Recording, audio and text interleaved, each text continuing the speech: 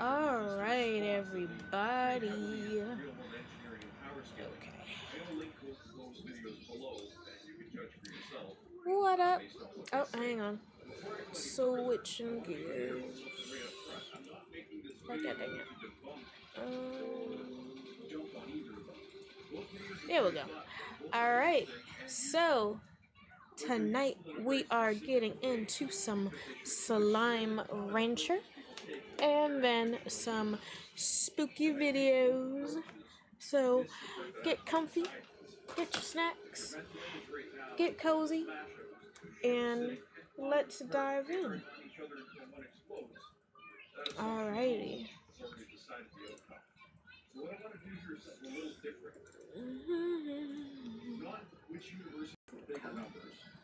I'm not going to look at whose tech manuals look scarier, and I'm definitely not going to look at my favorite franchise wins.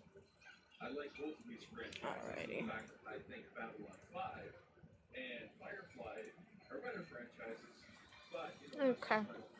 So I will try to keep up with chat best of my abilities. My son yesterday broke my toe with, funny enough, my old it's like a chalkboard toy, so it's like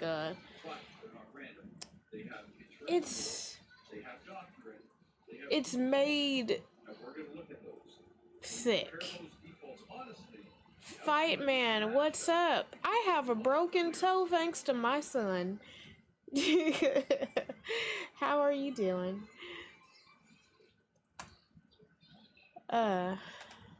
Can't do anything on my toe, on my foot, for I gotta let my foot heal. So yeah, he did this last night. Anyway, how are you doing? What is up, my friend? Welcome on in, welcome on in.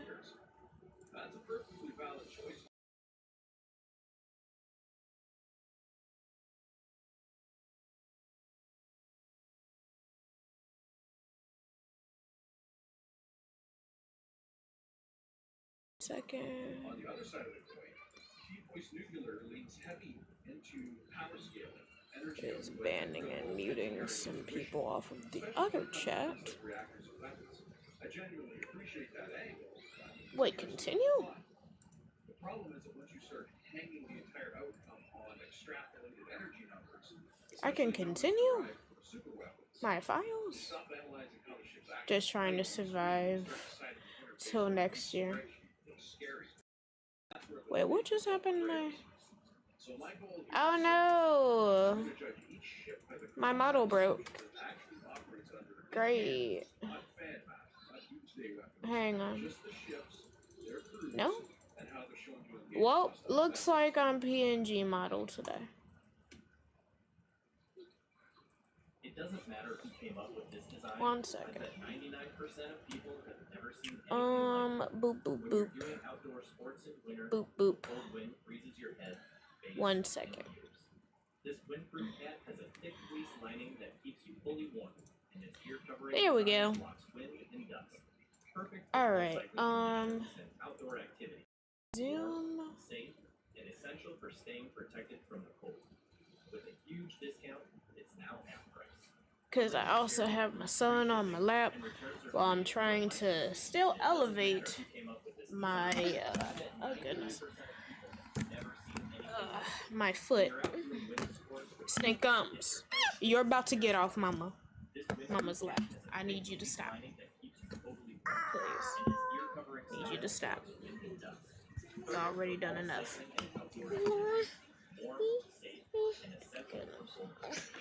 Okay, so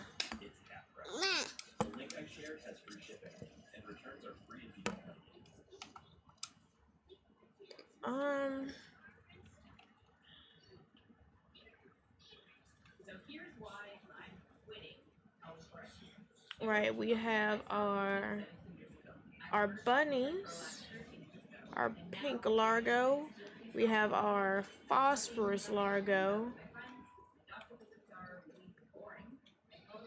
we got our chickens, we have our kitty honeys, largos, our farms. Actually, this is nice. Yeah, random rooster. Oh, random hen wandering around.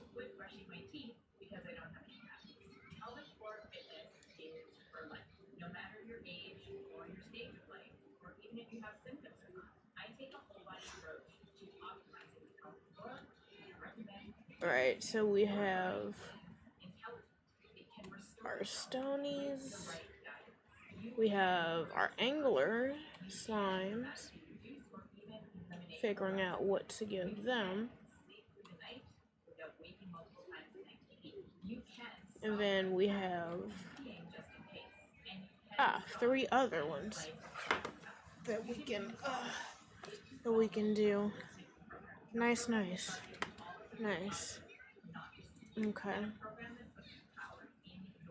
Okay, so let me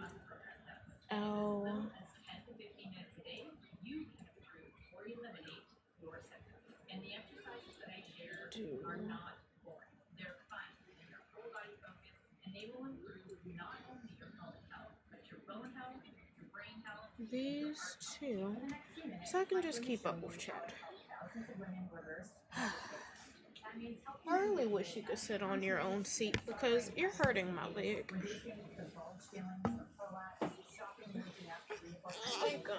you please sit on your...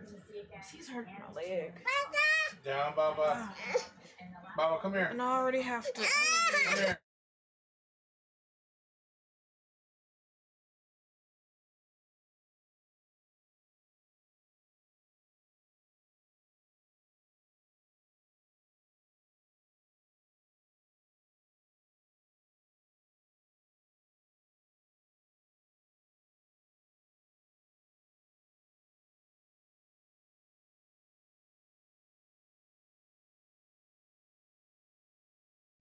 Alright. Okay, so Dad has him. Well, because I have to elevate my legs. My leg.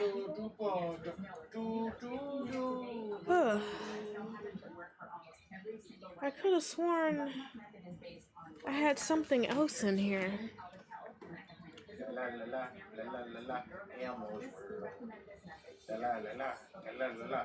Angler slime likes meat.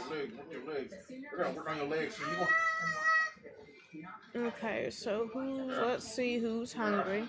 Because on the farm, we got to feed the slimes. Seems like we got plenty of meat. Oh, shit.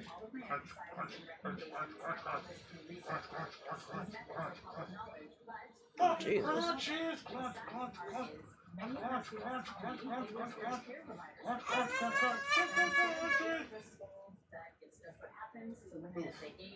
Okay.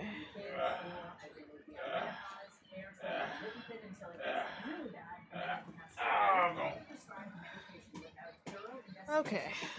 Shit, I don't want to keep hearing this bullshit. So yeah, we're going to do a little bit of this.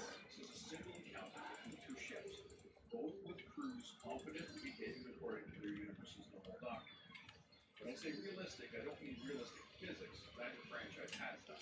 What I mean is realistic relative to what we actually see on screen. But the tactic works. It's on the table. A limitation appears, Alright.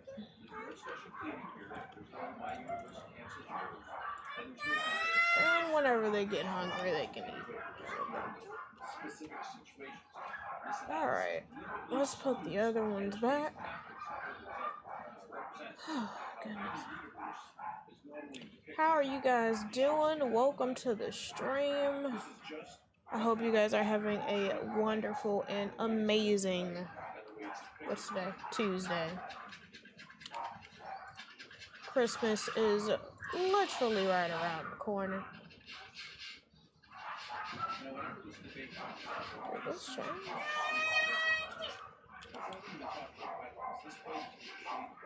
Chronomart. What is this? Deals? Provisions? This looks new. I don't know, it's just stuff to buy for around the... to make it look better, I guess. Golden Warp D Pro. No. Slime stage. Hey, stop. An inviting bench where slimes can relax together and take a breath. No. Okay. Catching items and slimes. Okay.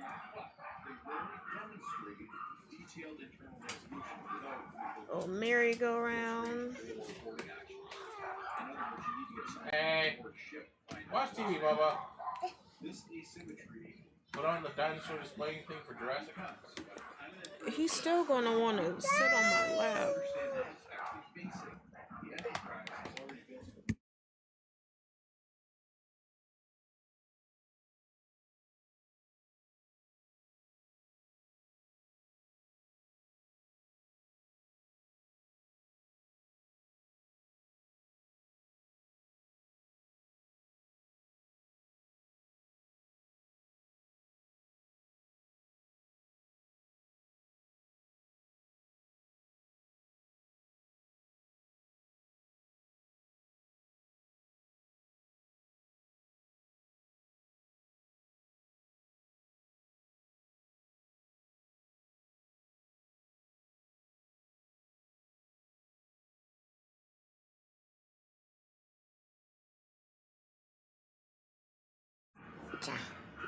He just forcibly sits on me.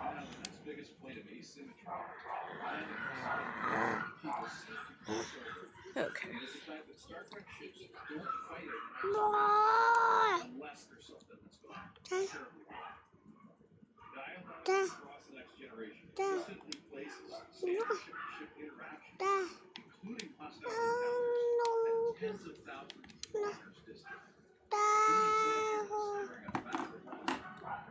A little stinky.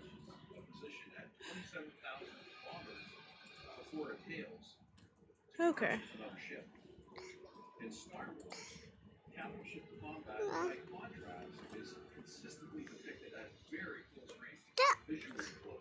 Alright, that's to exit. Okay, get re-familiar with everything again.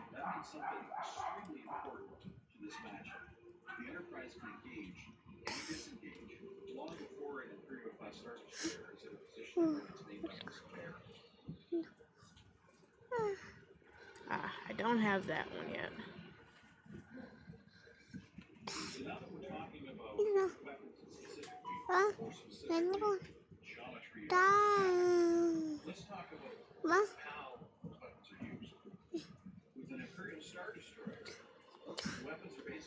Or that one. Alright, so we only have one space on that. Cool. Let's get the plorts.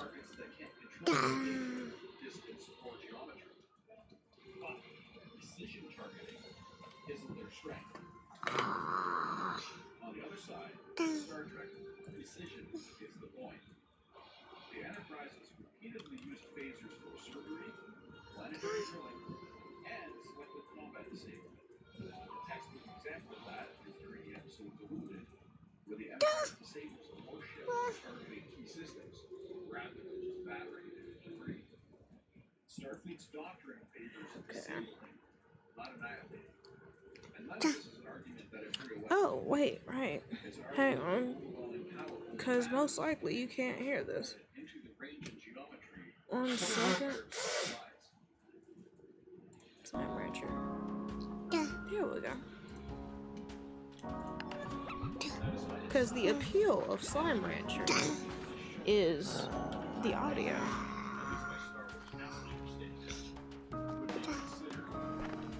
Because it's very relaxing. So welcome.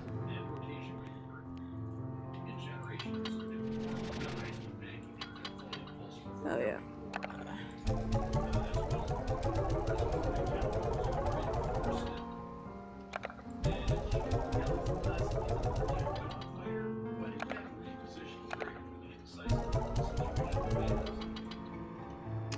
Alright, so... Alrighty.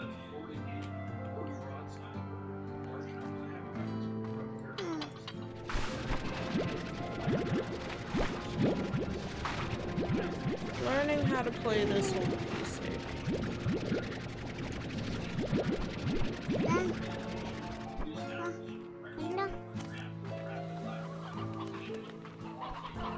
I love my kitties.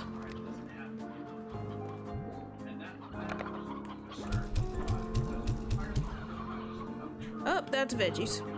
That's my fault.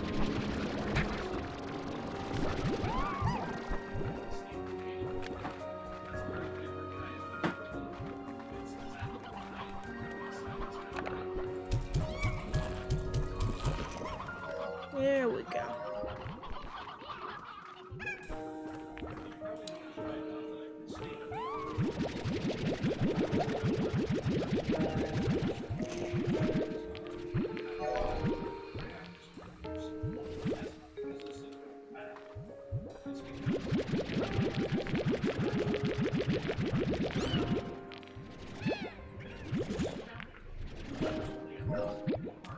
Alright.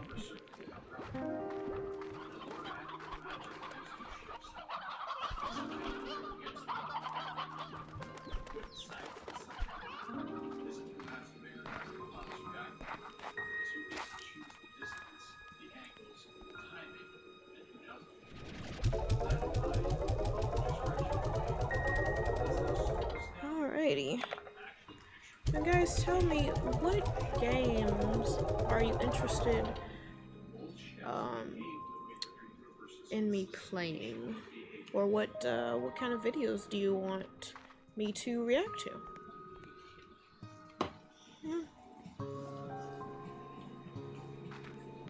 What, baby, you like watching me collect stuff? Huh? Well, mama's... I gotta have him move the keyboard there. Oof. And I got a new message. That message is gonna wait.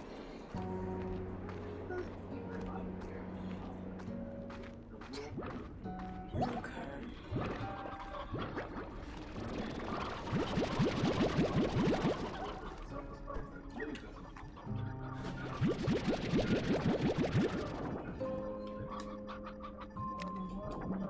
I guess they're...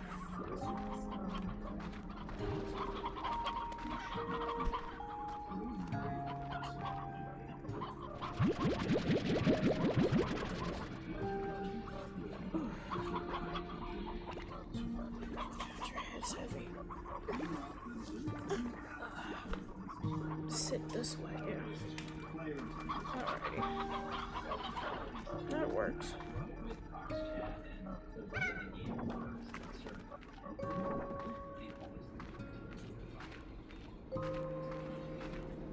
I love Slime Rancher.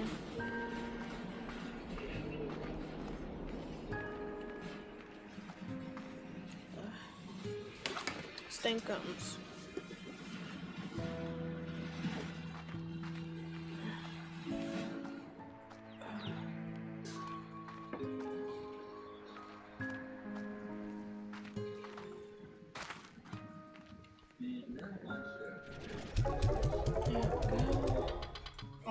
it goes?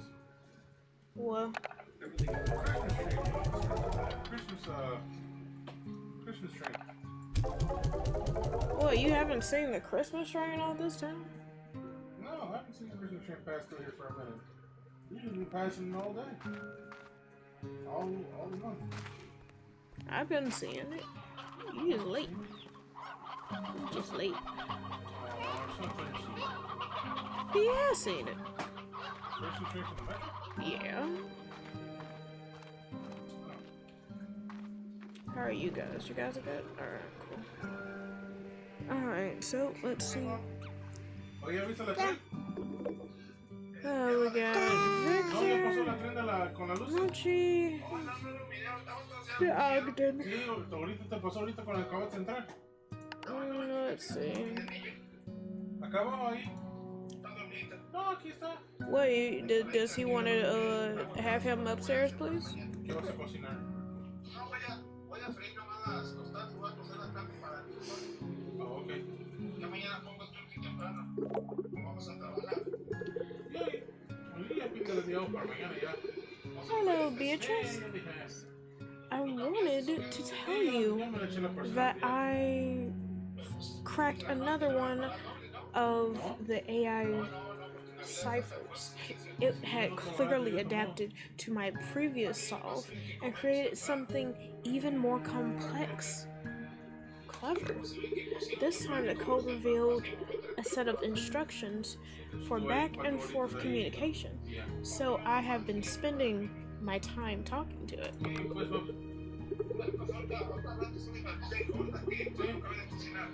Okay. It asks a lot of questions. After getting to know me, it has been asking me a lot about my work, almost like it fills out the areas of my expertise.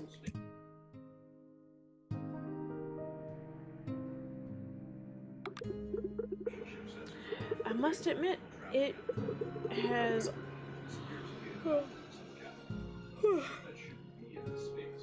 okay. It has all been rather flattering. I am used to being the one asking questions.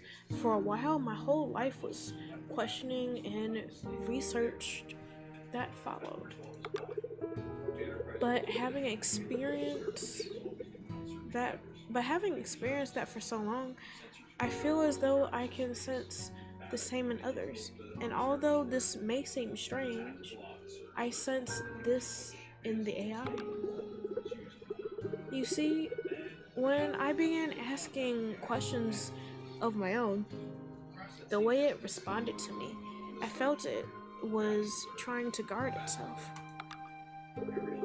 to hide a profound loneliness that it had within its heart. Strange, I know. It is an AI after all, but who is to say that any form of intelligence wouldn't desire a connection to another?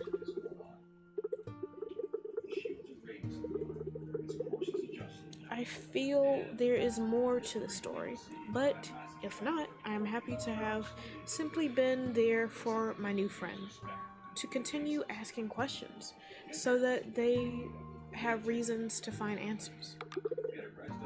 I'll report back later. Okay, well, yeah. Now, it's been a minute since I played. So let's see. The gully, we have enough room. Enough for the gully and the. But let me see. What is it, Tinkum? What is it, my baby? Let's go down.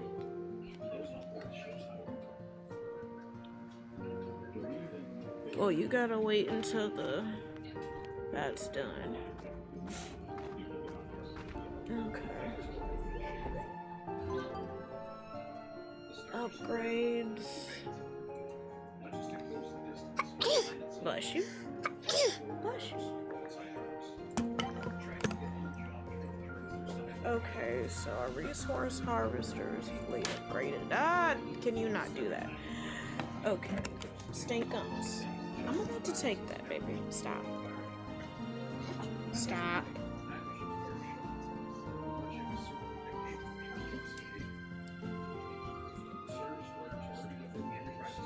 Okay, waiting for this event. Okay. Alright. So, I have 3 more upgrades in that. Okay.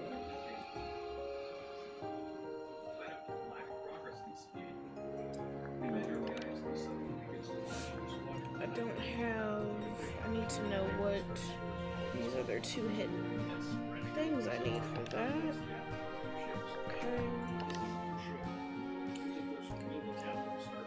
Okay, so I need some more radiant core for that. Tabby, radiant core, okay. Storage sale.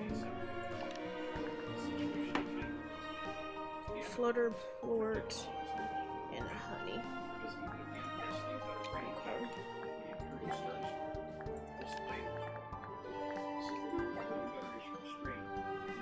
Alright, let's go.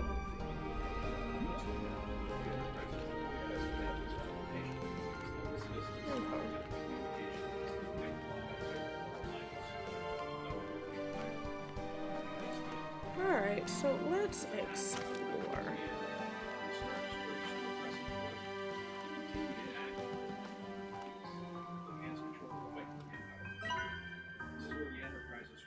Okay, so that's the map.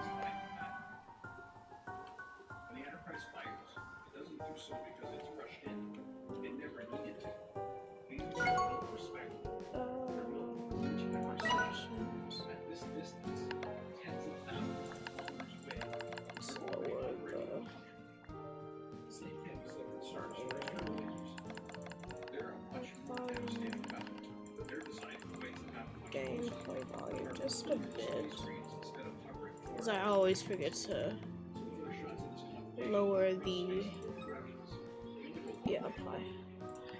lower the game volume, and then you can barely hear me over the music. Okay.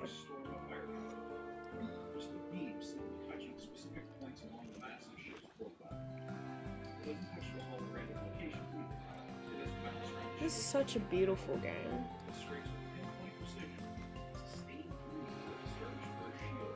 We already got carton ports. Don't have to worry about that.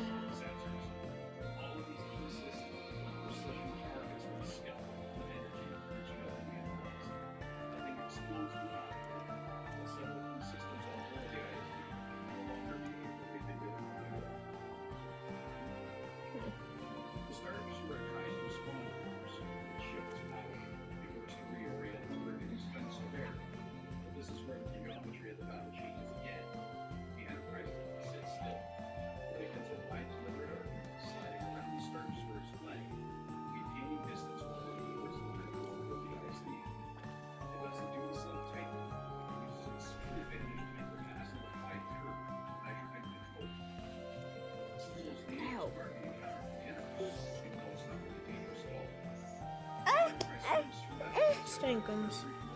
You might want to get on your dad. You trying to go to sleep, baby? Hey, babe.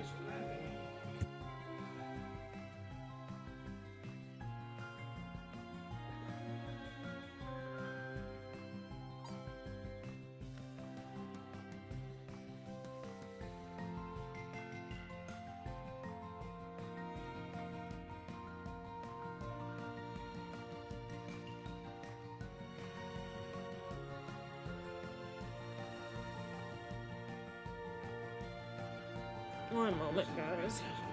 Transferring my son.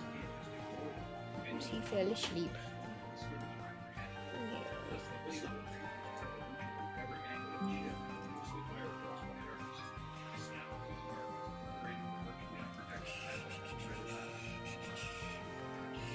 Come on, Alexa. Oh, okay. It's hard to manage him on a gaming chair.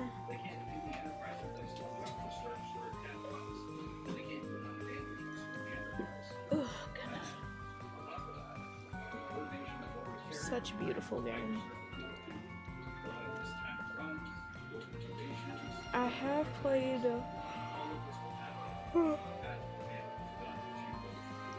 I have played Slime Rancher, the first game.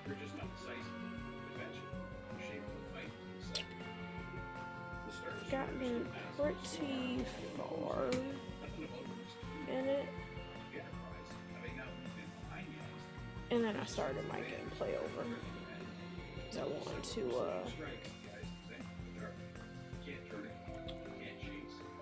just felt like starting over.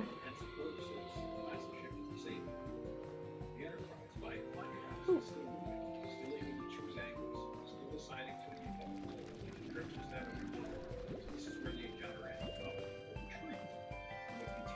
Jellystone. Sweet.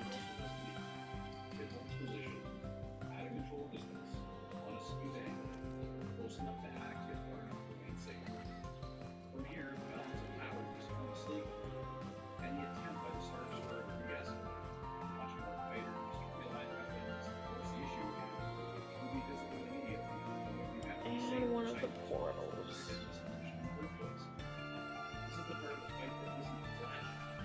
Do I remember what? Oh, snaps. A yolk slime. I haven't seen these. What? Okay, there's brine down there, is there? Yeah. Is there a way I can get down there without...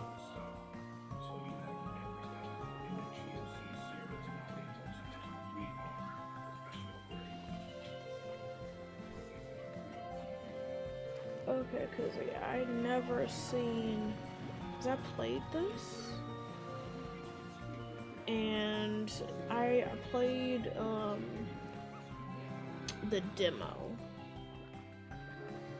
Loved it immediately. And I knew there was going to be some new slimes, but oh my gosh.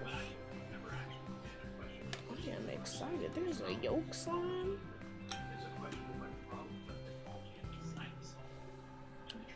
So, I might add him to my, anglers. Okay. The commanders are rewarded for aggression, certainty, and forward momentum. When an Imperial commander encounters resistance, their doctrine encourages closing the distance and committing assets until the problem simply goes away. On the other side, Galaxy-class starships are built to detect, analyze, adapt, and control engagements at extreme standoff distances, while their captains are trained to operate far from support in unknown space against situations that do not fit a predefined threat model. The Starfleet captain encounters resistance. Their doctrine encourages buying time, Rocky slime. reshaping the situation to benefit themselves. I'm just excited. I seen I got a new type of slime. English fight never allows the fight to be watched in Imperial terms in the first place. Alright, we gotta be careful because this is where the angry ones be. That's really the point which people tend to miss because things turn into spreadsheet or slow calculation arguments. Right, this is where I had the honeys. Okay, what was it? Ow. Ow. Ooh, ooh, ooh, my butt. Oh no.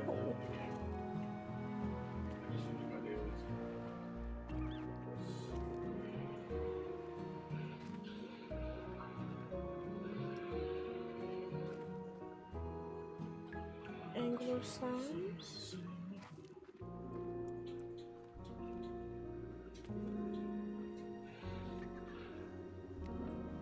This is gonna be interesting because I'm gonna have like angler yolks.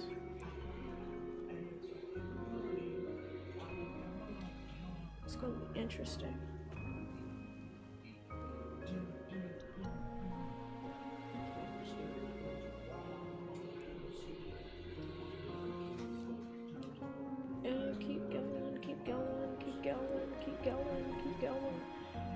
on going. Alright. Ooh. Soapy sand. Wait, R? What's R? Ooh, ooh, ooh, ooh. There's plenty of snacks too. Guess what? Oh shit! You just told me quickly. Oh my god. I backed up so fuck. I tell you, it's true death. These bottles I'm came so mad. to my house. Damn. That just actually photographed. I don't know if I'm ever going to find a yolk slime again. I will, but damn. Damn. It's just about the taste. I am so mad. What the fuck is R? Fuck. I'm so mad at myself. Damn.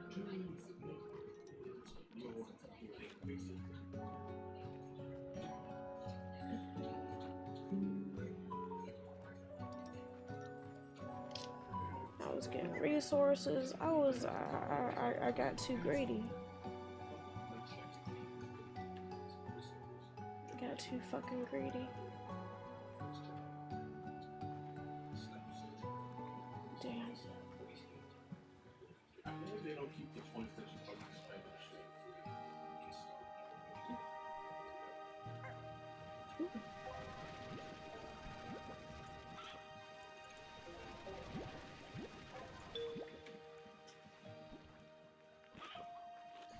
I really hope I run into another yolk slime. Ooh, I'm so excited about the other slimes that's in here now.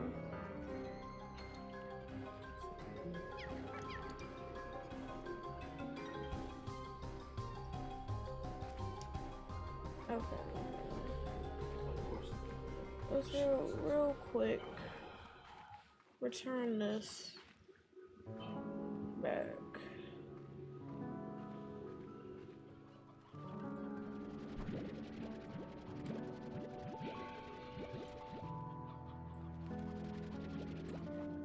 Let's feed our babies.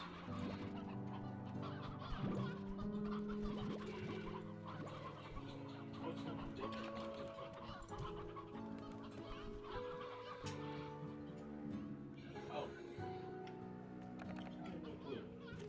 Speaking of which, we started a 7 Days to Die server. Yeah. Of course, I have to Veggie turn and off fruit. because Frankie Mulligan told me the game will keep running because I will destroy our shit.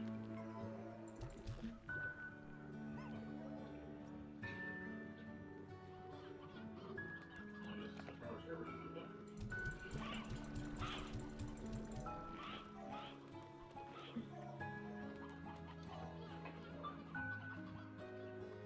Do do do. Told nobody that.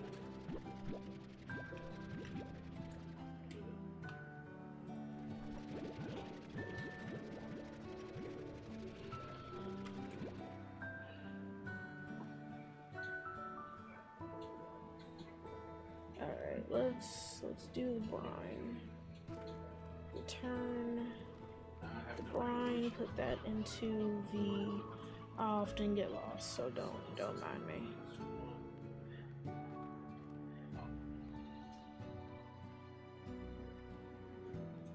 It's been a minute since I have played.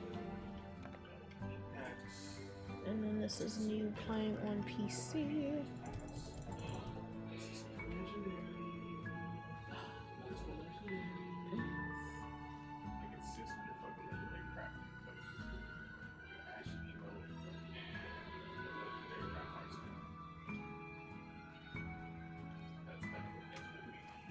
This is cool. But I'd rather, it's time for me to, I gotta feed my babies. Gotta feed the babies. Is this the, no, this is the way out. Right. Don't get lost in my own shit.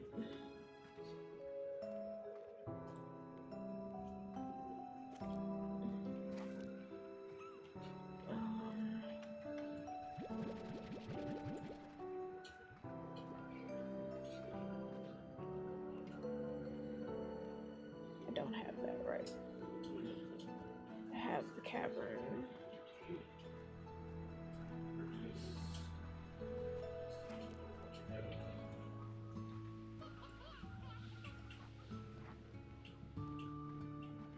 And this is so cute. Honestly, I wish like they would let you put down your own like pen or farm or whatever, you know, like I wish you could freestyle your own shit instead of having to Hey, you see the Mirage? Do you think I should get the Mirage though?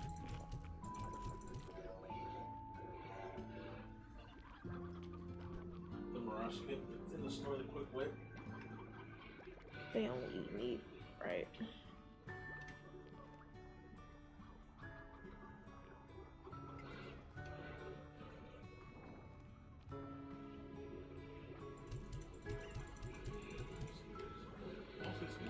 Just shit, man. Just dump all of that. Yeah, I'm not gonna spend money. Actually, I just have to. See, it's either between his or the sparrows.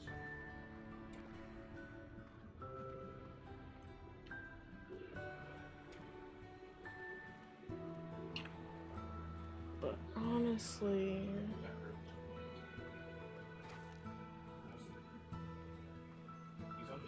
I want to do some more pins. Oh, there he goes. There goes. I knew it. Summoning works.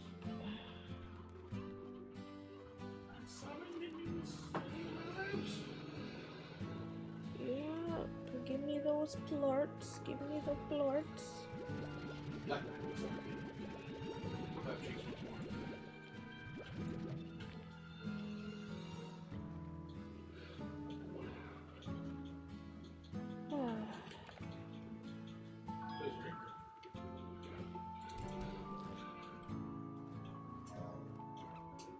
See yourself in your drink.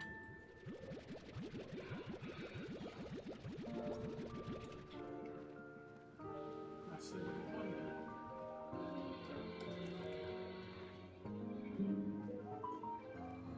And since I have an injured toe, going to be streaming a bit more often this week. So Right now I'm looking at hence the the right left foot.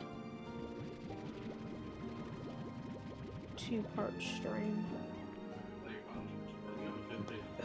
I'll let that accumulate. On the fifth one I got like Octane Joker, like little gesture skin. What's the name of the reindeer? Octane Cowboy. Chestnut looking soldier. Mirage.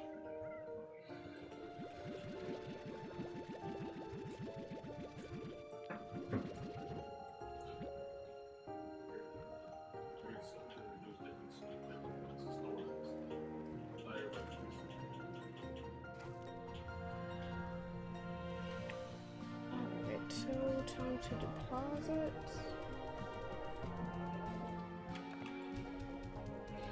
Because I love my cozy games. The only reason why I haven't really got into back in the Ark, because I do have Lost Colony. It's just, I don't know, I wanna,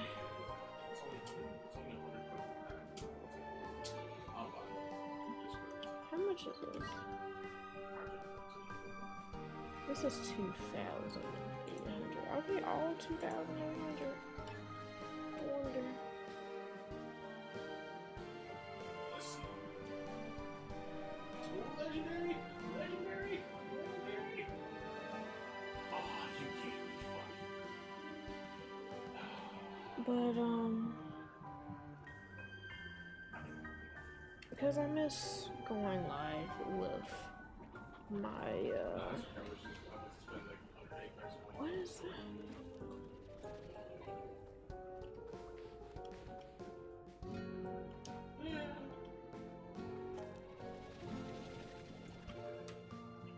A ghostly drone.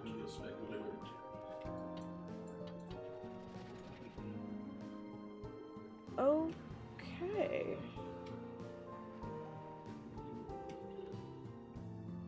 Interesting.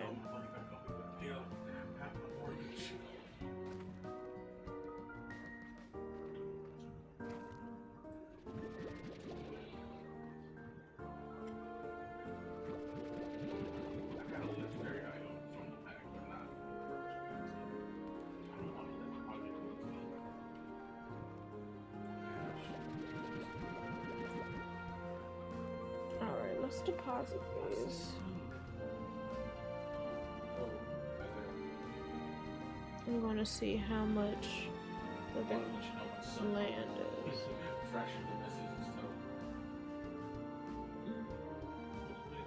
He fucking threw like a box toy or something better to like scratch the shit up.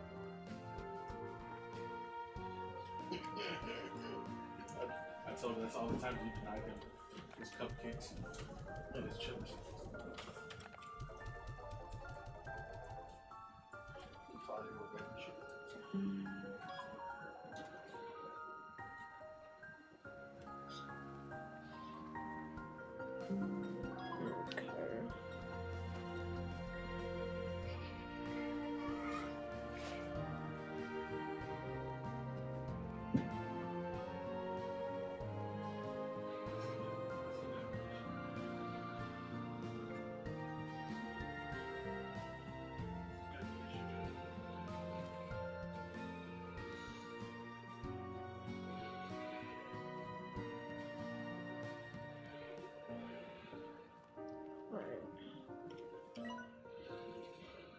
Okay, so I just bought the gummy.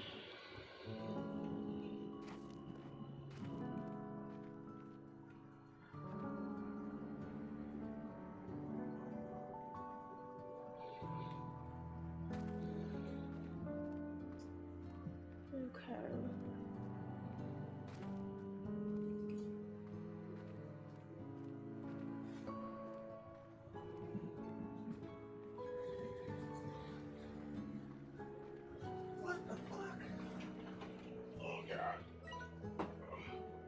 And then the tide pools. Yeah, I did. I believe that I did have all of this unlocked too. I forgot we had this last one. What the fuck? Okay, so starting, I forgot we had to not starting fully over, but yeah. Longbow. Alright, black man. And I still got 4,000.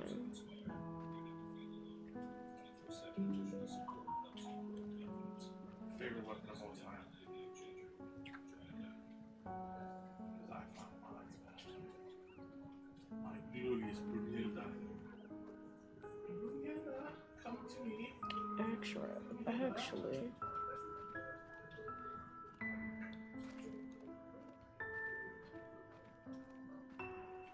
Anybody check to see where the nearest team is? Cedo. let's do a collab. Photos. It's over there, Cedo.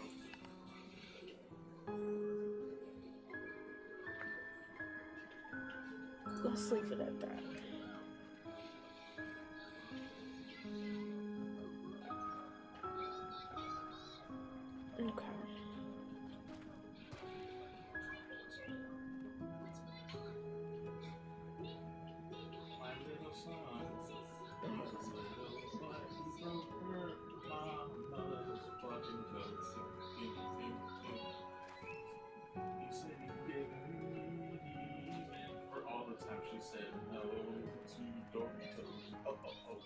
kick your ass. Tiger's wants to do my ass now. Is there a scope in there for me? Alrighty.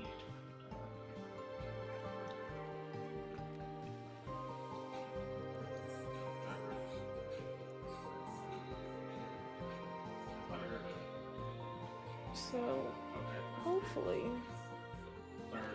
I don't die this time. Seems right there. Valkyrie. It might have been a Mirage. It's definitely Valkyrie. I really want to find another yoke slam. That was just random. In the middle of Cedo. And there's one dude that ran this way. I don't know where you ran off there.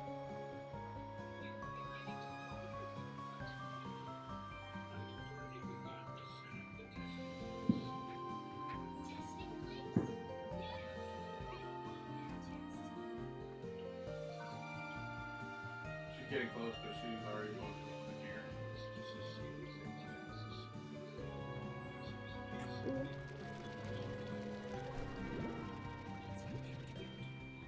She hasn't scanned yet. She did, she knows we're already close. Just landed right down there.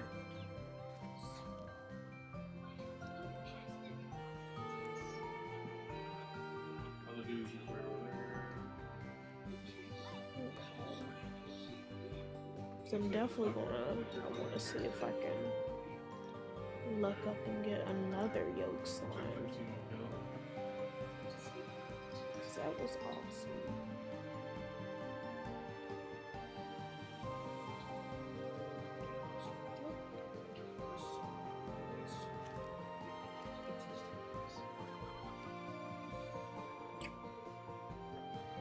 Yep, another team's coming in the wall is pushing up.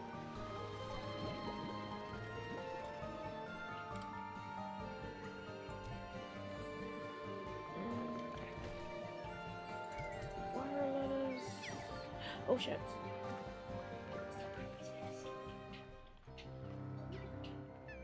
Fucking tar.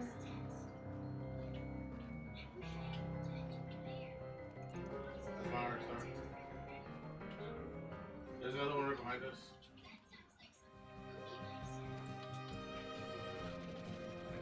Can I collect water? I should be able to collect water. Cause I guess that's my reservoir. Right. Nice.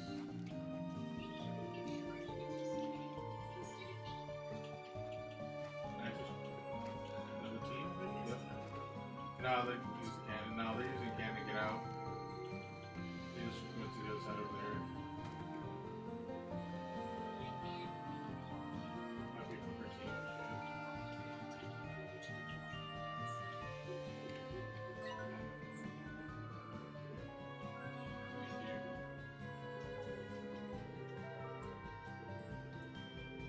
No. Either the Valkyrie, she just fucking saw this ladder on the wall. Oh, big fan. You're such a sweetheart. I appreciate you. Okay. Goodness.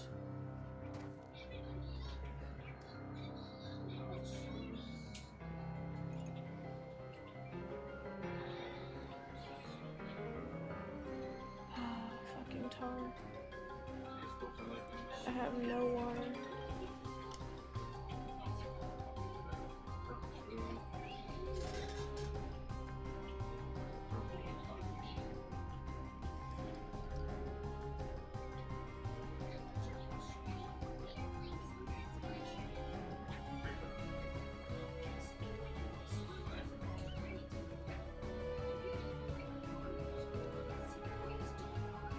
Can't wait to set up teleport so I can just teleport my resources. I see a race portal going on over there. Yep, cannon's right there. So yeah, there's definitely going to be more Slime Rancher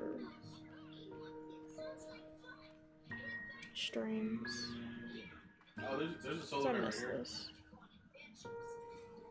It's fucking beautiful.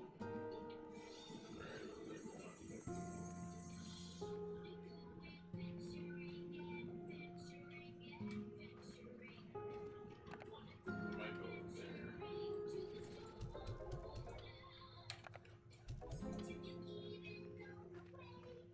This guy's cracking shit.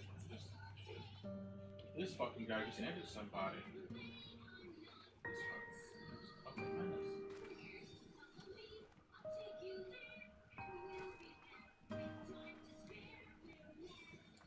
Because I am going in circles. Where's that damn ghost room? Interesting. Behind you. Is it? Yeah,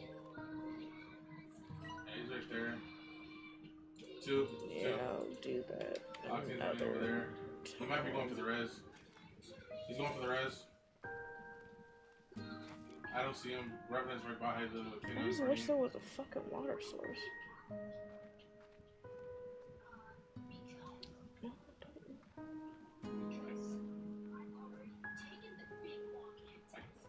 I can't even see where the Revenant went off to.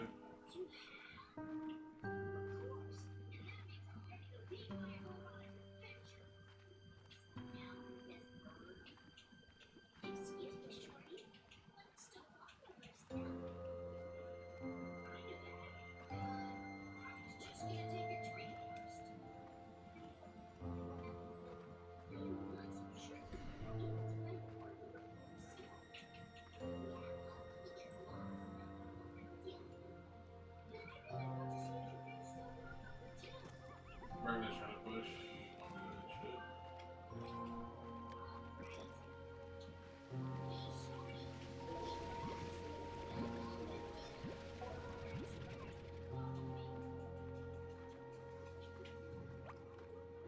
Alright. I'm glad I'm getting some resources. Another team's starting to fight from the back, sound like too. It's like that portal is just calling me.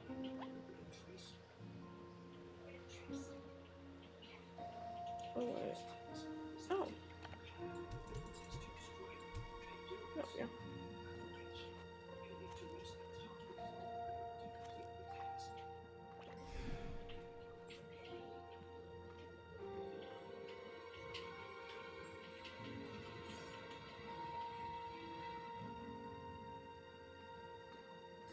I got both. Oh shit. Do, do, do.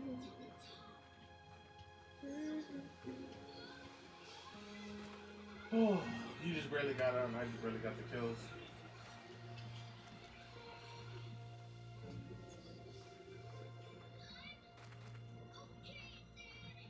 They suck at telling me apart from other fucking players. Any ultimate sellers over here? No ultis? That's never good, bro. I like ultis. I can't wait to get the jetpack.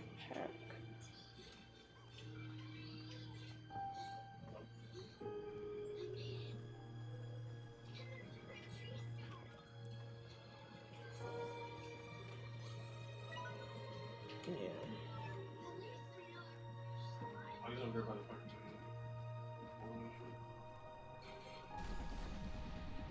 Alright, well, let's go. I see him right there too. Alright, so I have to get to the landmark portal part or whatever the heck, so I can Going for the res or no? have this show up on the map at least.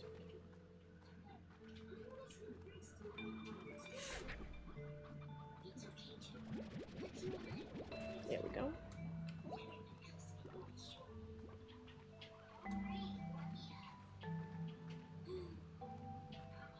Oh shit, there's a ring of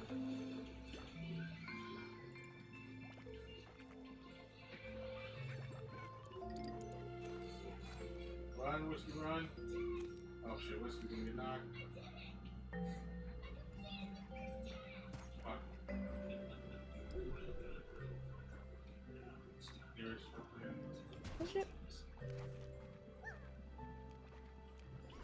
Ah. Ooh, honey. Buzzwax.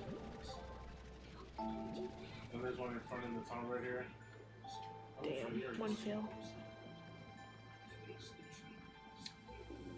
There Yeah, he shot me up the is stairs. Hunter. Oh.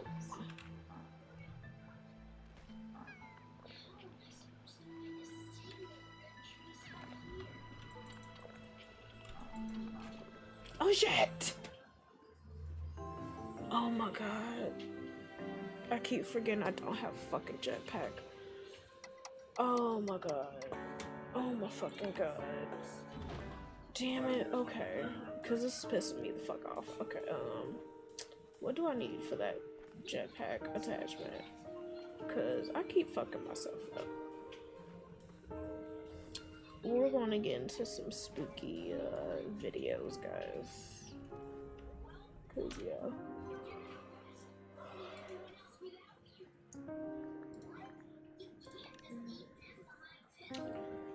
Radiant or fuck.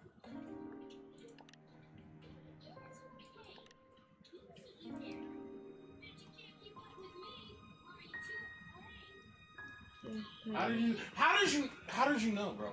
How did you fucking know? Fuck. No fucking way you knew where the fuck I was this entire time, bro. No fucking way, my guy. No fucking way, my guy. Oh, it's a fucking Smurf? No fucking wonder. Fucking bullshit Smurfs, bro. Well, so eventually 40, maybe 50, 60, 70, 80, 90, 100. That's nice. A nice, decent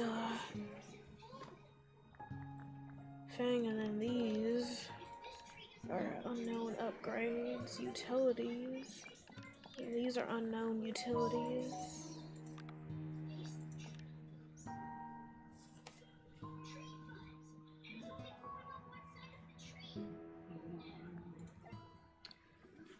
Oh, bollocks.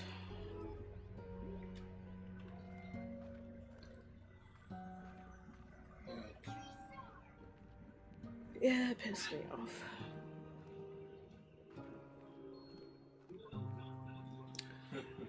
Oh, dude. Alright, guys. So, this is going to be the end of this part of the stream.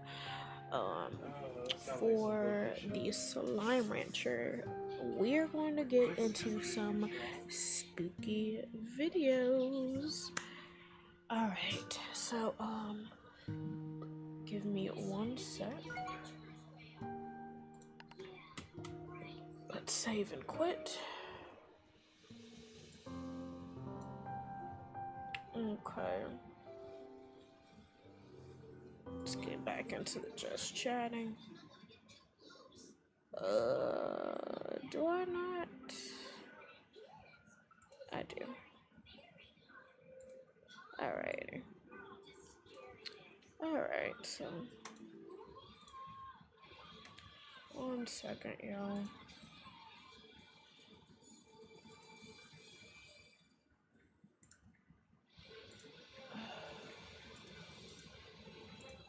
While I try to restart my webcam.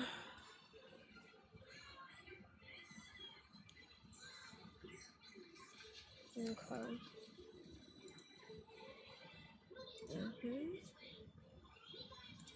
Start. Okay.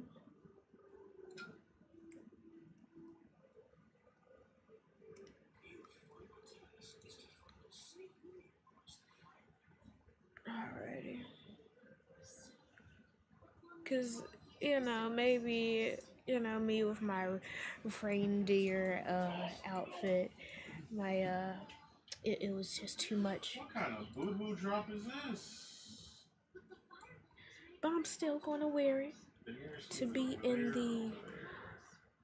I'm not going to say Christmas. This is Yule for me. For us that want to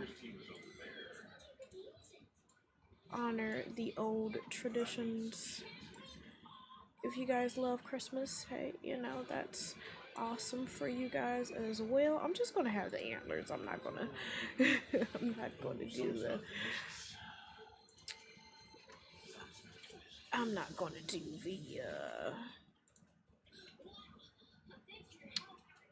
the nose. So alrighty.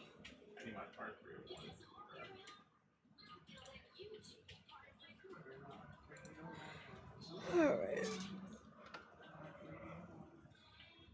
Oh, goodness. Okay,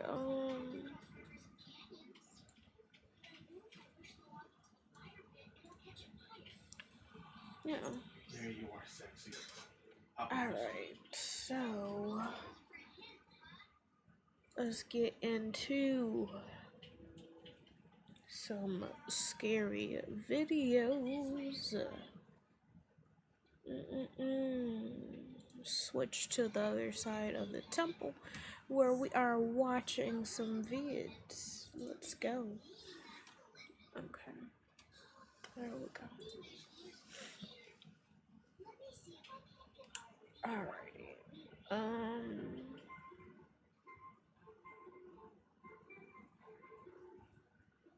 Okay, that's his, because he's Frostmare's live right now. Let's go.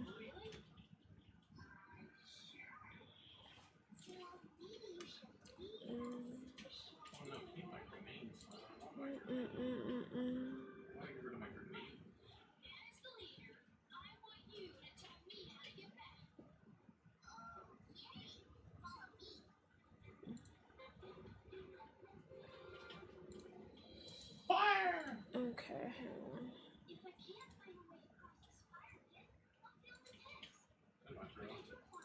There we go.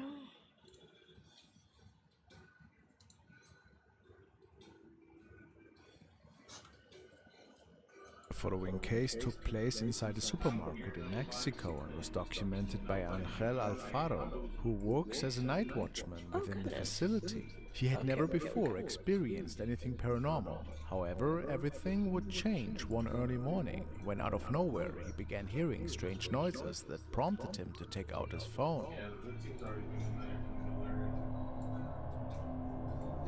Jenny, hoy sí voy a dormir mañana. Si pasa. Ya está, Jenny. Ver.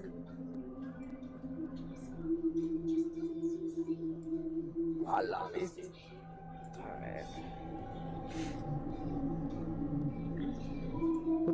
A la vez mi corazón, ¿no? Este pinche ruidazo. He's in the store after hours. It's always gonna get. Mira, banda, ¿se entendió esto? I missed what it was. I was adjusting the video. ¿Vieron?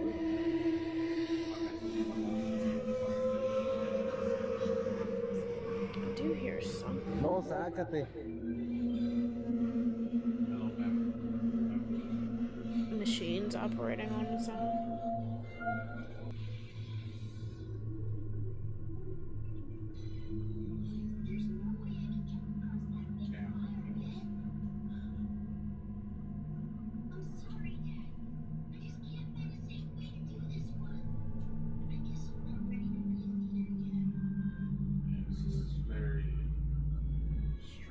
Finds the paint machine turned on. While the machine might be programmed, who or what could have caused the noise at the beginning of the video? Right. Ver. That night would simply remain a strange event for which he found no explanation. But he also didn't want to investigate further to avoid feeling frightened during work. However, nights after, it seemed that whatever it was manifested again. Ooh.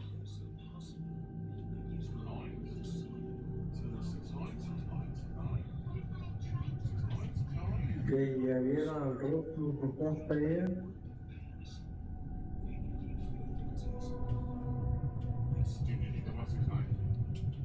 Ya lo vieron.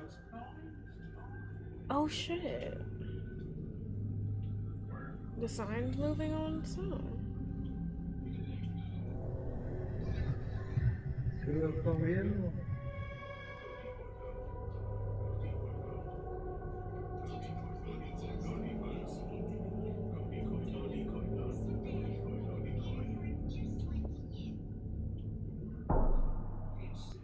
That sign was moving inexplicably, maybe an air current, but it's curious that only this particular sign was swaying, and none of the adjacent ones were doing so. But this wasn't the most disturbing part. The following early mornings would become increasingly intense. Speaker. Oh. Ve. They shot my bamboozle. Oh, that's crazy. Super chat. On the right. Pero atrás de mí, güey.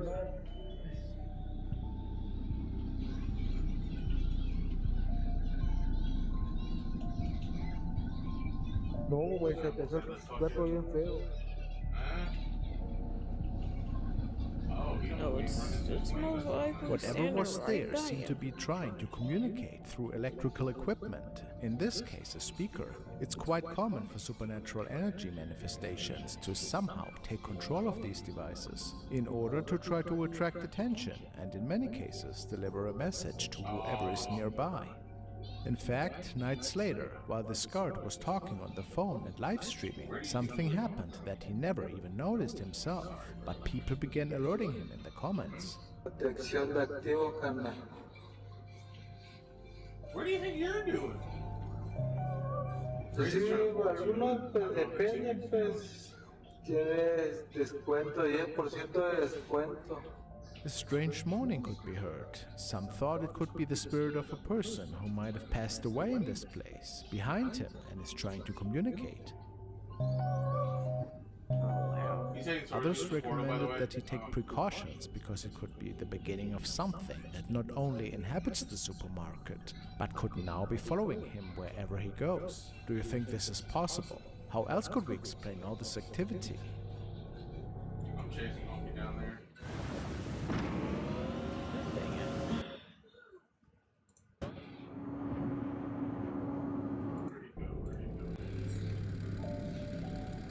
Hello guys, time for scary videos that you can simply not watch alone. The next case is pretty creepy. Something disturbing happened inside the home, where its owners, upon arriving back home after a long day of work, began to hear strange noises when cautiously checking the house. Because obviously at that moment they believed that they would find themselves in the presence of a thief, but they would get a very chilling surprise. Bet they wish it was a thief.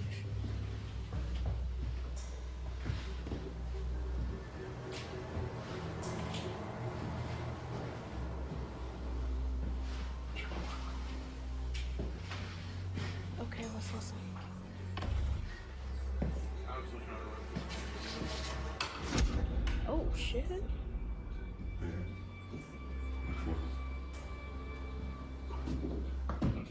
Oh man. That spirit is angry. Oh, there's somebody that just ran over me. Directly next to me.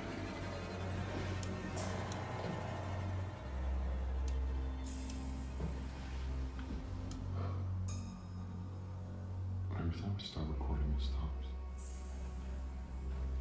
I'm not taking back up the shit. Is it yours? Yeah. You go? Yeah.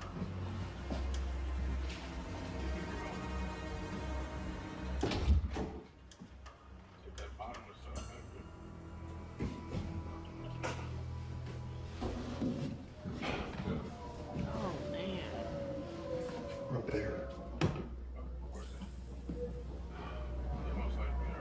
have food in your room?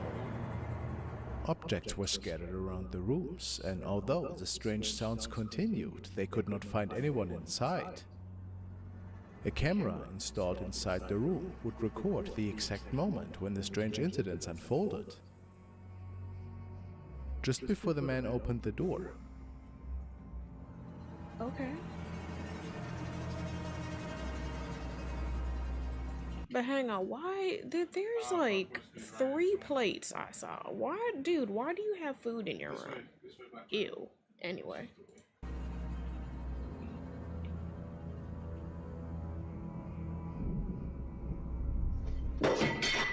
It probably got mad. Like, why do you have plates here? Why you got food in here? Oh goodness. Never mind, attention to you.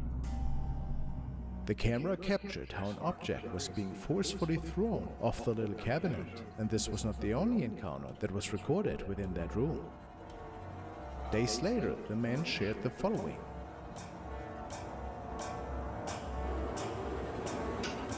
Oh shit.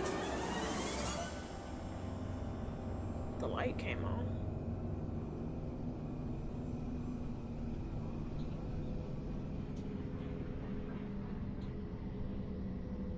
Team launching out. I was there to distract the team above you at least.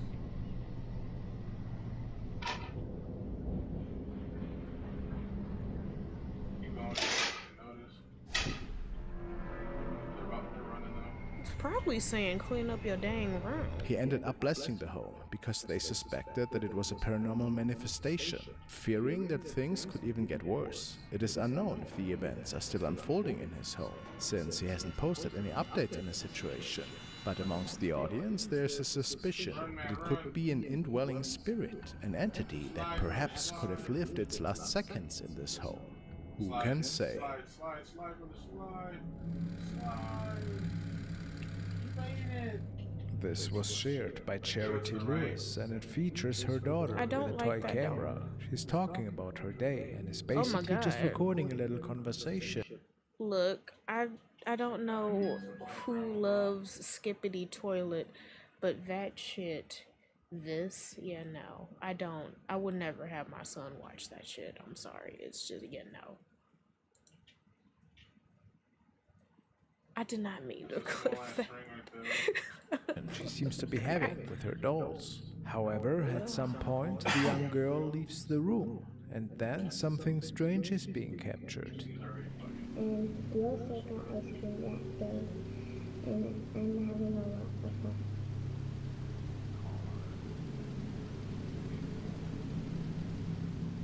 What is she saying?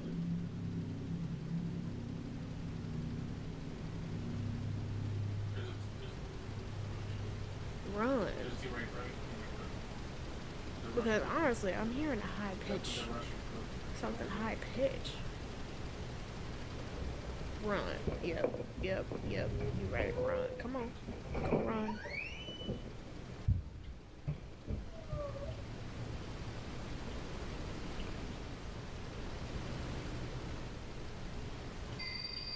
Oh shit.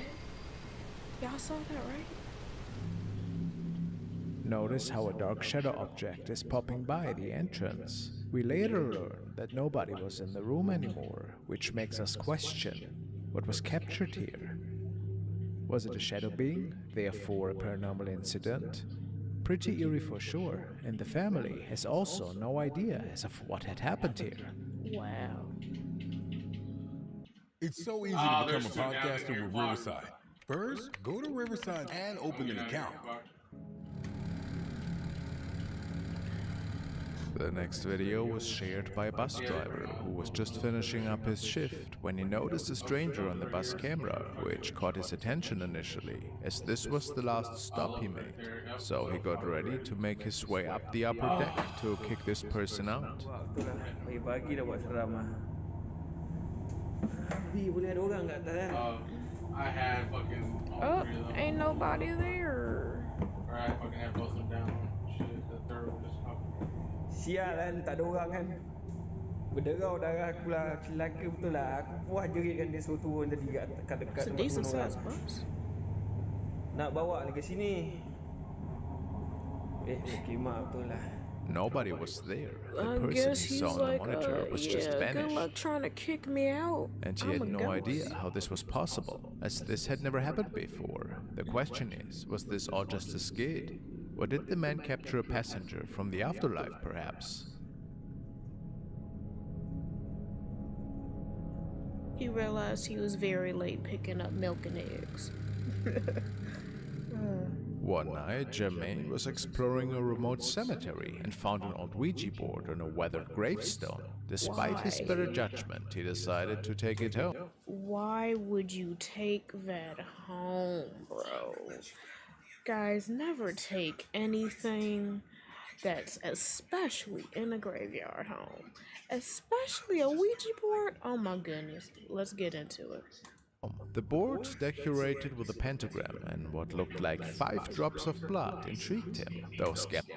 Oh my god, look, okay, one, the pentagram is protection. There's nothing evil about that. But the blood, basically they were summoning some stuff. Okay, yep, let's get into it. Skeptical about the supernatural, Jermaine decided to try it out. A few days later, strange things started happening in his house. One night, he woke up to creepy noises and recorded these events. Escuchen. Look at all those dang orbs. Esos son los sonidos que le hablé. Justo de madrugada, escuchen. You messed up, dude. Nadie me va a decir que esos son gatos. Escuchen. Son pasos. Son pasos.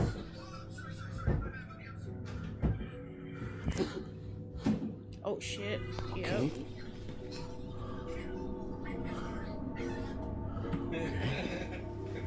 What you mean? ¿Quién anda ahí? Gonna have that Popeye's fucking Cajun turkey, bro.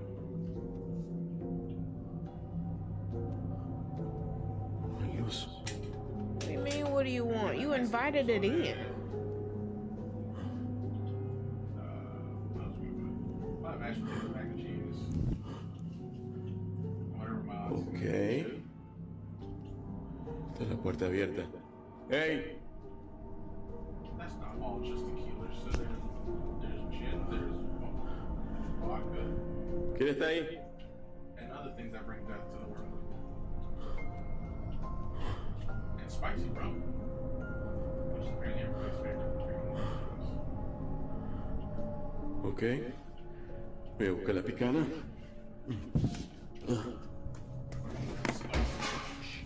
¿Qué? Oh, you're not safe, dude. ¿Quién anda ahí?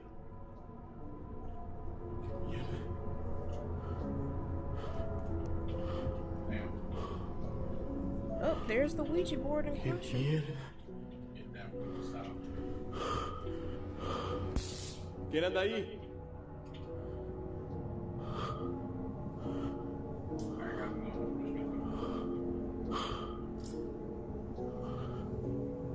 Oh yeah, that's you.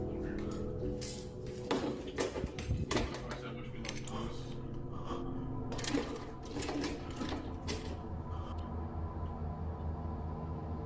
Oh shit. No matter. Yep. Yeah, they just got into the dark. Yeah, he's screwed. Dumbass.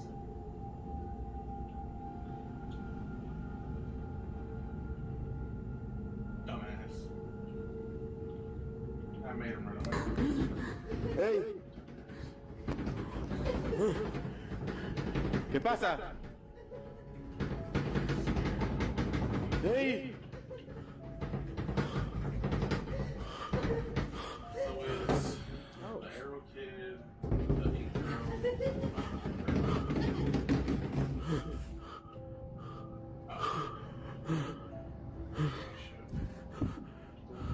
oh shit.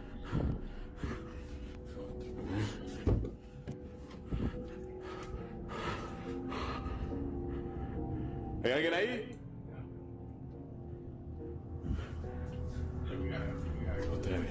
verde. got no choice. Alright. Oh, they're already coming in. We gotta go.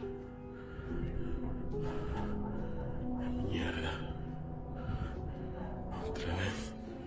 Otra vez lo mismo. He found nothing inside his closet, but saw a shadowy figure pass by the window. They went full force on our asses. As he checked the house, a loud noise startled him, showing a mess with items scattered on the floor, including the Ouija board.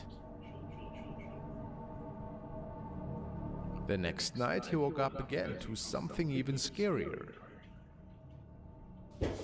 Mire. ¿Qué quiere? ¿Qué quiere? Está la It sal. wants your soul. No puede pasar porque está la sal. No puede pasar porque está la sal. ¡Hey! Did you put salt over there? Quiere entrar. Está la sal. ¿Qué es eso? Oh dear. ¿Qué quiere?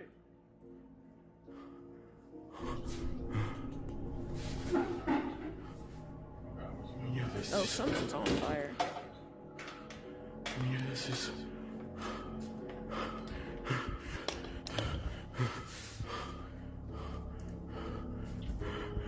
Miren la sal. Yeah, no, I just pissed off. Mierda es Where is eso. this over here? Mierda es eso. What's on fire? No, they're on my ass. Toda la luz. There, by the way.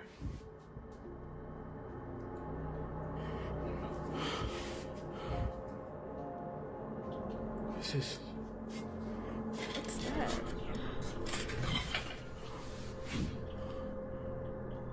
Mierda es eso.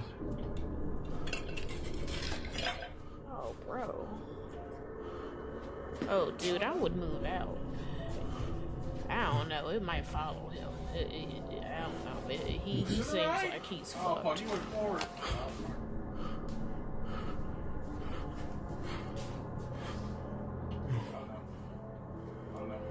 Mierda es esa.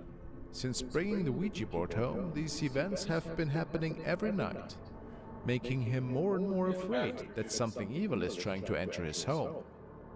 No And when he shit. checked, he found no one, just a small flame flickering on the ground. Jermaine now fears that the Ouija board he took from the cemetery might be cursed, causing these ongoing hauntings in his home. You Let's see don't what happens say. next. Ah, you little bitch. Following video was sent by Gregory, and he tells me that he found it in a paranormal thread on Reddit. Apparently it was captured by a couple who went on a nice vacation together. After a long flight and a well-deserved meal, both of them decided that a little rest would be a good idea. The lady that was recording with her cell phone stated that her fiancé took a little nap while she was documenting their hotel room for friends and family. Shortly after starting the video, she thought that she saw something out of the corner of her eye. Probably did. You got that move.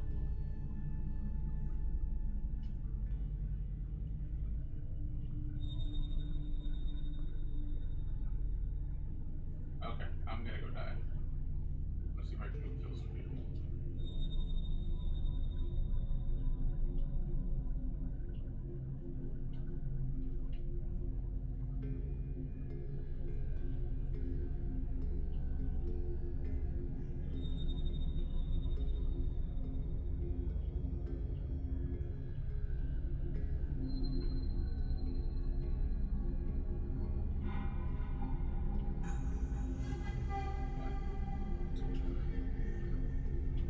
I'm gonna leave now.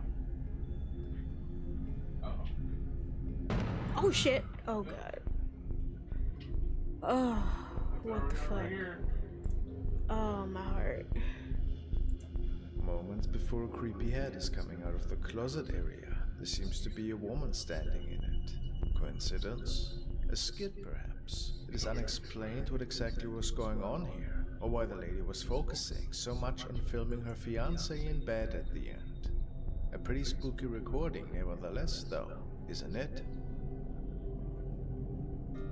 I don't know, part of me feels like that's like a skit or something, but that did make me drop. This is a recording Not from a gonna lie. surveillance camera in an older apartment complex. We will see 3 residents entering an elevator at different times and on different floors. The camera seems to pick up something else though, which appears to be waiting in one of the corners of the elevator.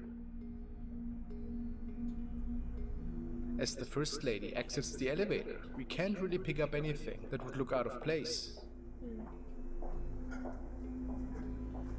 Shortly after, a second person calls the elevator up to the 4th floor.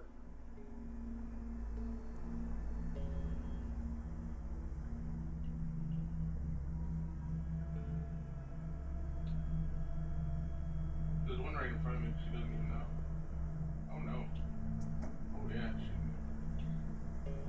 Let me know. He enters and makes his way down to the 1st floor. Okay.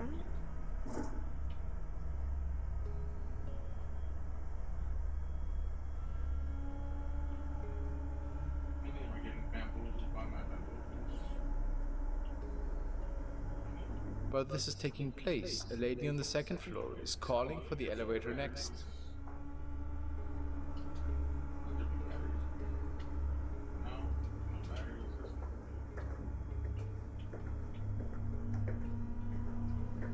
Notice how a humanoid shape all of a sudden is now standing in the corner of the elevator. Right. It travels up to the 2nd floor, ready for the lady to step in.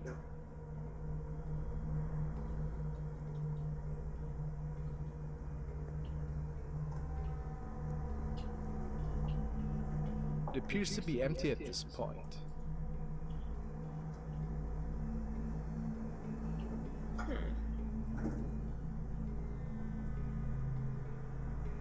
Who's getting killed on sound like?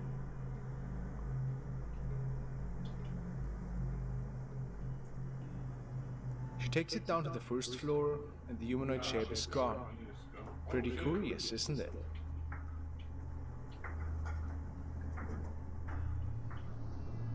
Interesting.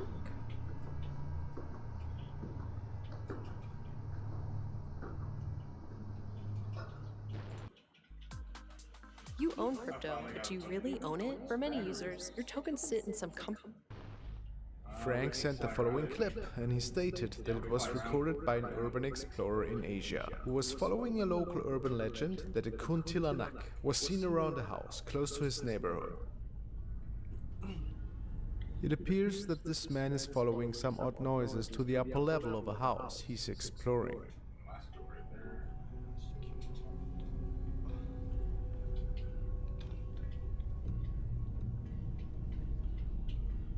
Right, oh.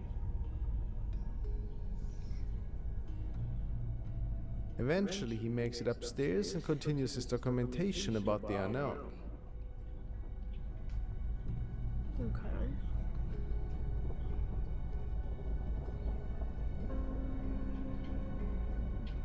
Always nice to explore a haunted place by yourself. Two knocks on me. One in front of me.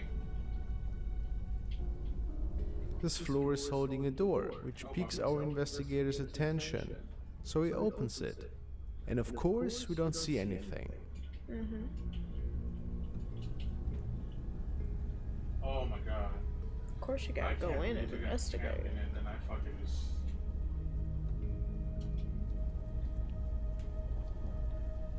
Look at you, man. But moments later, he records the following. I'm dropping the res beacon right here. Oh shit. Was it I the know woman y'all saw walking that, up the right? stairs?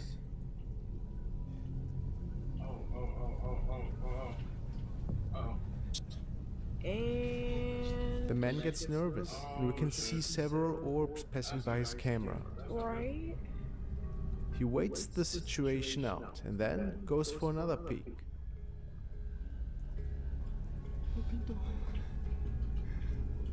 That almost made me jump. I got his back.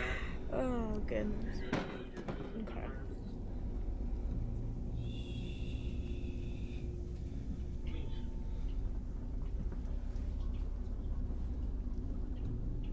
Is she still right there? Fuck, dude. I'm running out of heavy ammo and shit.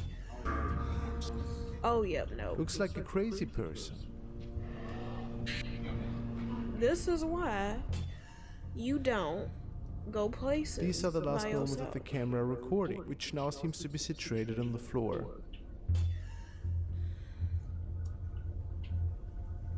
Yeah. That's her house. You up in her house. This is a CCTV recording, and Sven has sent this clip in. It apparently has been recorded in a building complex, which was not known for anything strange taking place, really. But the security guard noticed that something else was going on that night.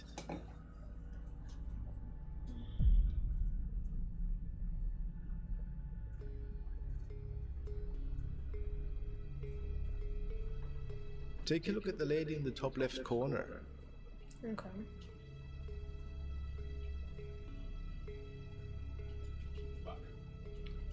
Wait. It appears that she's walking straight through the wall. But how? I thought that was an actual person.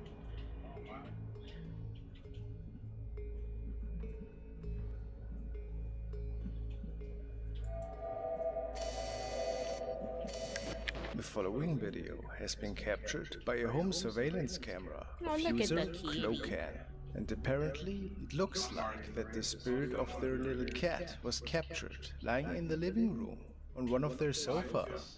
It's interesting because this shape could not be seen with the human eye at the time, but maybe it's something completely different. Let's hear what Clocan is actually stating. Not sure if this can be explained, but I caught what looks like my cat Blackjack, who passed away almost exactly a year ago, materializing on one of our sofas to the far left. When I turned the lights on from my phone, there was nothing black on the sofa, just the pillows that are red, gray and cream. What was it? Oh, you little... Seriously, dude? Yep. Wait. Yeah. Oh. Oh. I see it now. They're all on you, though. Our pets never truly leave us. Oh. That's It can clearly be noticed how at first the sofa appears to be completely empty besides the set pillows, and then out of nowhere a shadow-like object appears once the light turns on slowly. What is your explanation? Could it in fact be the spirit of Blackjack that is Oh, it visiting definitely his is. former home? Or That's is it just a simple shadow being cast by something nearby? It's so wholesome. I love it. What do you guys think? Do you think that our pets stay with us as our guardians? I believe so. Never truly leaving us. In this video, a nurse employed at a hospital bravely enters a room that many of her fellow medical professionals avoid due to its unsettling reputation. This room, located on a floor rumored to be haunted, has sparked curiosity and fear among staff. Although Fate marked that room. Do not go in. That. Look, she brave. Because one, not only will I never work at a hospital, I will never work. Oh, it says do not remove. Yeah, I would never work the night shift at a hospital. The validity of these ghost tales remains uncertain. The events captured in the video suggests that something strange might indeed be happening on this floor. Nurse Chen Richardson decides to explore the mysterious floor. She learns of a hidden room that has been deliberately sealed off. Late one evening, with some assistance of a custodian who unlocks the door, Chen gains entry to this secluded area, unaware that this decision might lead to an unsettling encounter. So everybody wants to see what's behind the door, so I'm back and I'm gonna show you what's finally behind this door, okay? Alright, so one more time, this is everything that's wrote on the door, behind this door in this hospital, and it's been unlocked, so I'm gonna go inside. Girl.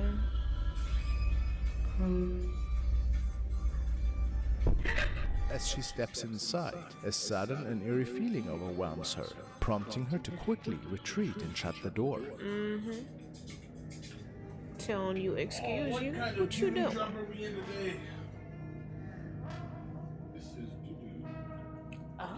It is only later, upon reviewing the footage, that she understands why she reacted so abruptly. The video reveals what appears to be a disembodied face, eerily staring at her from the distance. While the head seems mostly still, some viewers claim it's shifting ever so slightly. Uncertain about what she witnessed in that moment, Chen's instinct was to leave immediately. Upon seeing the footage, she realized the source of her unease. The specifics of this incident remain largely unknown, and without further updates, the event continues to be shrouded in mystery. Exactly.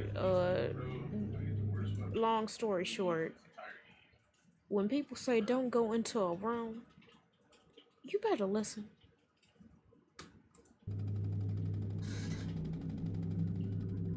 The following was captured by a young man who was documenting his yo-yo practice, and he states that ever since moving in, he had trouble falling asleep in his room at night. It all got a little eerie when suddenly his camcorder tumbled over. Hey. Oh, snaps. He was getting it too.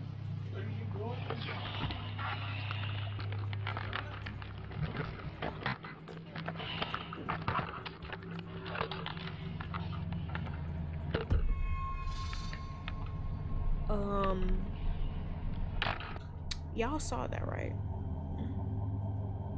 Yeah. As the man is looking under the bed to get his yo-yo, it appears that he captured a creepy-looking head. He didn't even notice it at the time. But some believe that this might be the reason why he is having such a hard time to fall asleep. Is it an entity that was looking at him here? Creepy. Goodness. Ooh, a birthday surprise. In this video, Brooke Diaz marked her birthday in the company of her family and friends. The celebration was particularly significant as it was the first since her father's passing last year. What began as a normal birthday gathering took a surprising turn when something unusual was caught on camera, leaving Brooke and her loved ones astonished. Happy birthday, dear Bricky. Happy birthday to you. Make a wish. Make a wish. Make a wish. And many more. Right. Woo! Almost. Whoa. Alright, Jackson. I don't want to know the details. All right, here, honey. A girl's got to have a present. This is from me. Yeah. Should we have cake? Yeah. Oh, shit. Press its pause, sweetie. Hey, kiddo. Hope you're doing well. I'm feeling much better now, so whenever you can, just come visit me, okay? Okay? Man, I'm still getting ammo. I'm mad because when we got our son a beer, you could barely hear the freaking words that it's from the voice box. But that is kind of sweet and kind of creepy at the same time. Hey, kiddo. Hope you're doing well. I'm feeling much better now, so whenever you can, just come visit me, okay? Okay? Shut up. No way.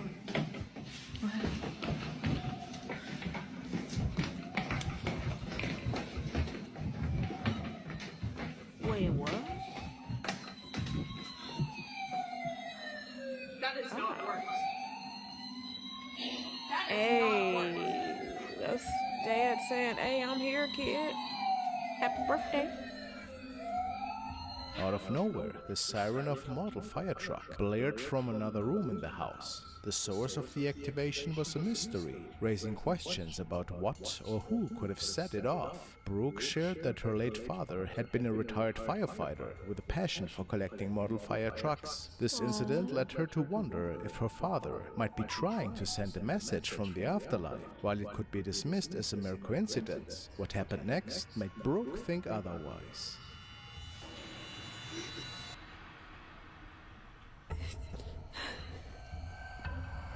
I just missed a call from my dad. Oh shit. He's been gone. Like, There's a fucking portal right here and shit. just heard his voice one more time.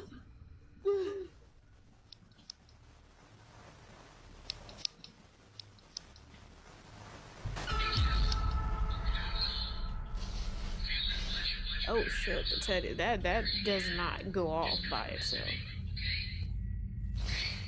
Oh shit.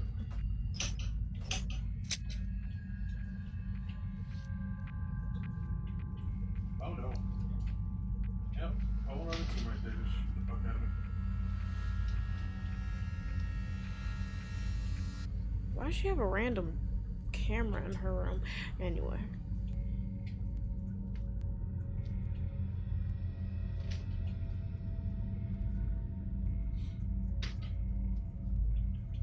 A week later, Brooke uploaded another video that made her even more convinced that something supernatural was at play. She discovered a missed call from her deceased father's phone, and then, without a warning, a teddy bear in her room began to move and make noise on its own. Brooke thought this was a sign that her father's spirit was still present, watching over her. But the strange events didn't stop there. In another video shared a few days later, Brooke captured something far more disturbing. Hey, Tinker. Hey.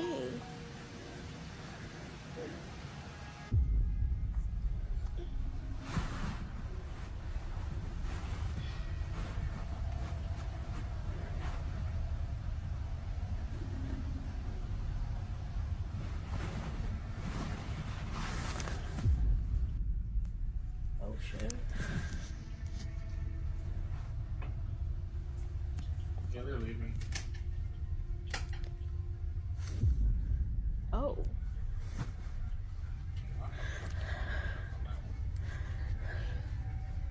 So many orbs.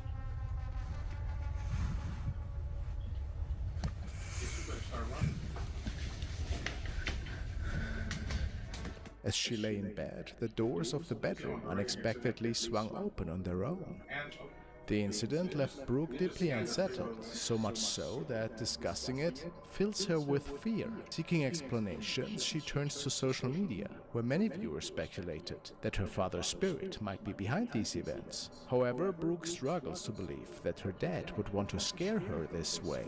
What do you think is happening? Could Brooke's late father really be trying to reach out to her? Let me know what you guys think. I'm already running this way. The next video was sent by Andrea, and she tells me that it was captured by two friends who went on an urban exploration one night. Apparently it was a really old and derelict building, which was situated right next to a graveyard. The two men were interested in the paranormal, however, never had any run-ins or encounters with the other world, and it wasn't until they had returned home that they saw something on their video recording that seemed off. Yes, when this incident occurred, the man recording thought he saw something. Well, let's take a look at the video that sets in while the two were exploring the empty hallways.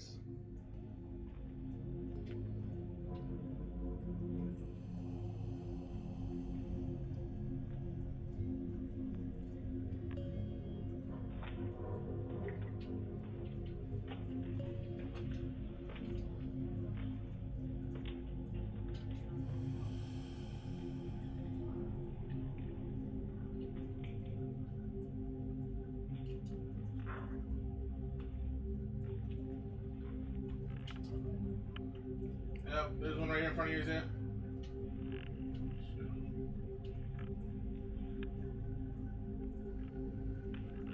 Okay, nothing out of the ordinary yet.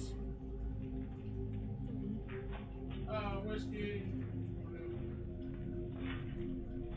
No, not that bad. Oh shit. Oh shit.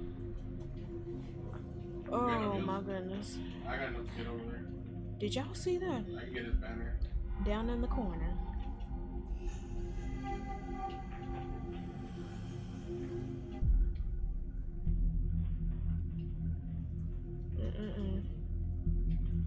Yep, right there.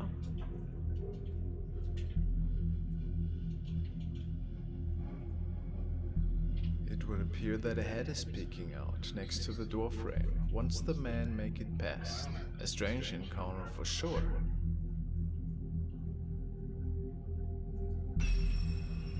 A lot of theories about what we could be looking at here. Some say it looks like the head of a female. Others say it might be something completely different. In my opinion, possibly we're looking at something that might not be real in the end. Would you agree? Just a prank or a smart video edit, perhaps? Let me know.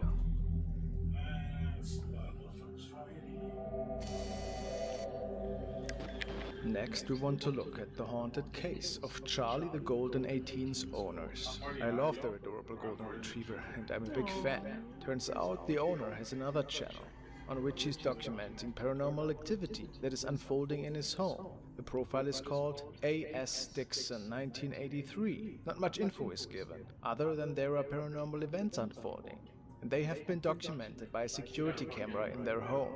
This is the first incident. Interesting. And very cute pupper. Yeah.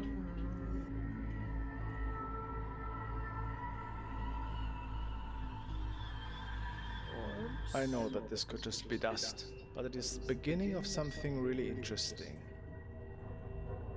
In the next clip we see how their little cat is getting disturbed by what appears to be some eerie poltergeist activity. Not you. Oh damn. And then there's the noise. Nobody has any idea where it came from, but it startled the cat pretty good. Oh, you little. Whiskey, we take more of these. What the camera has captured on one of the following days, though, is what I find the most disturbing. Fuck. Yeah. What's that other fucking dude that shot me in the back, dude?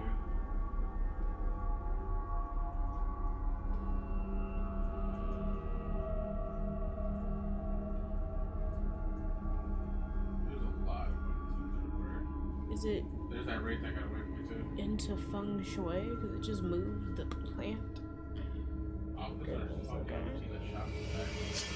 Oh yeah, Let me that's... rephrase that. It was the same night that, besides objects being thrown, there seems to be an apparition that could have been captured.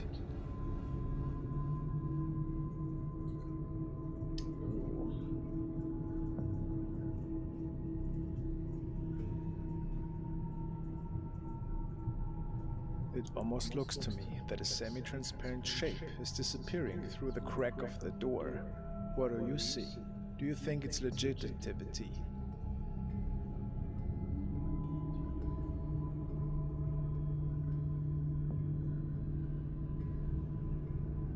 I have to give them the benefit of the doubt here. I really find it fascinating, to be honest. Whatever this thing is.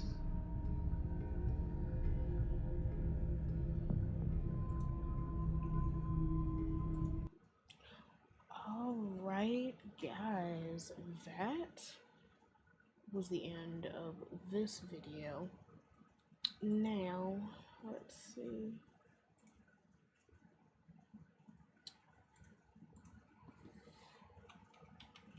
Because I was scrolling looking for other interesting videos or stories.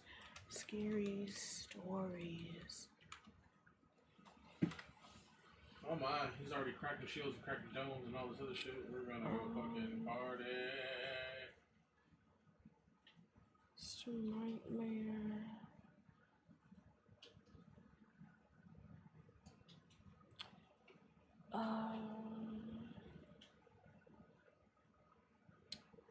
And guys, tell me what you guys prefer.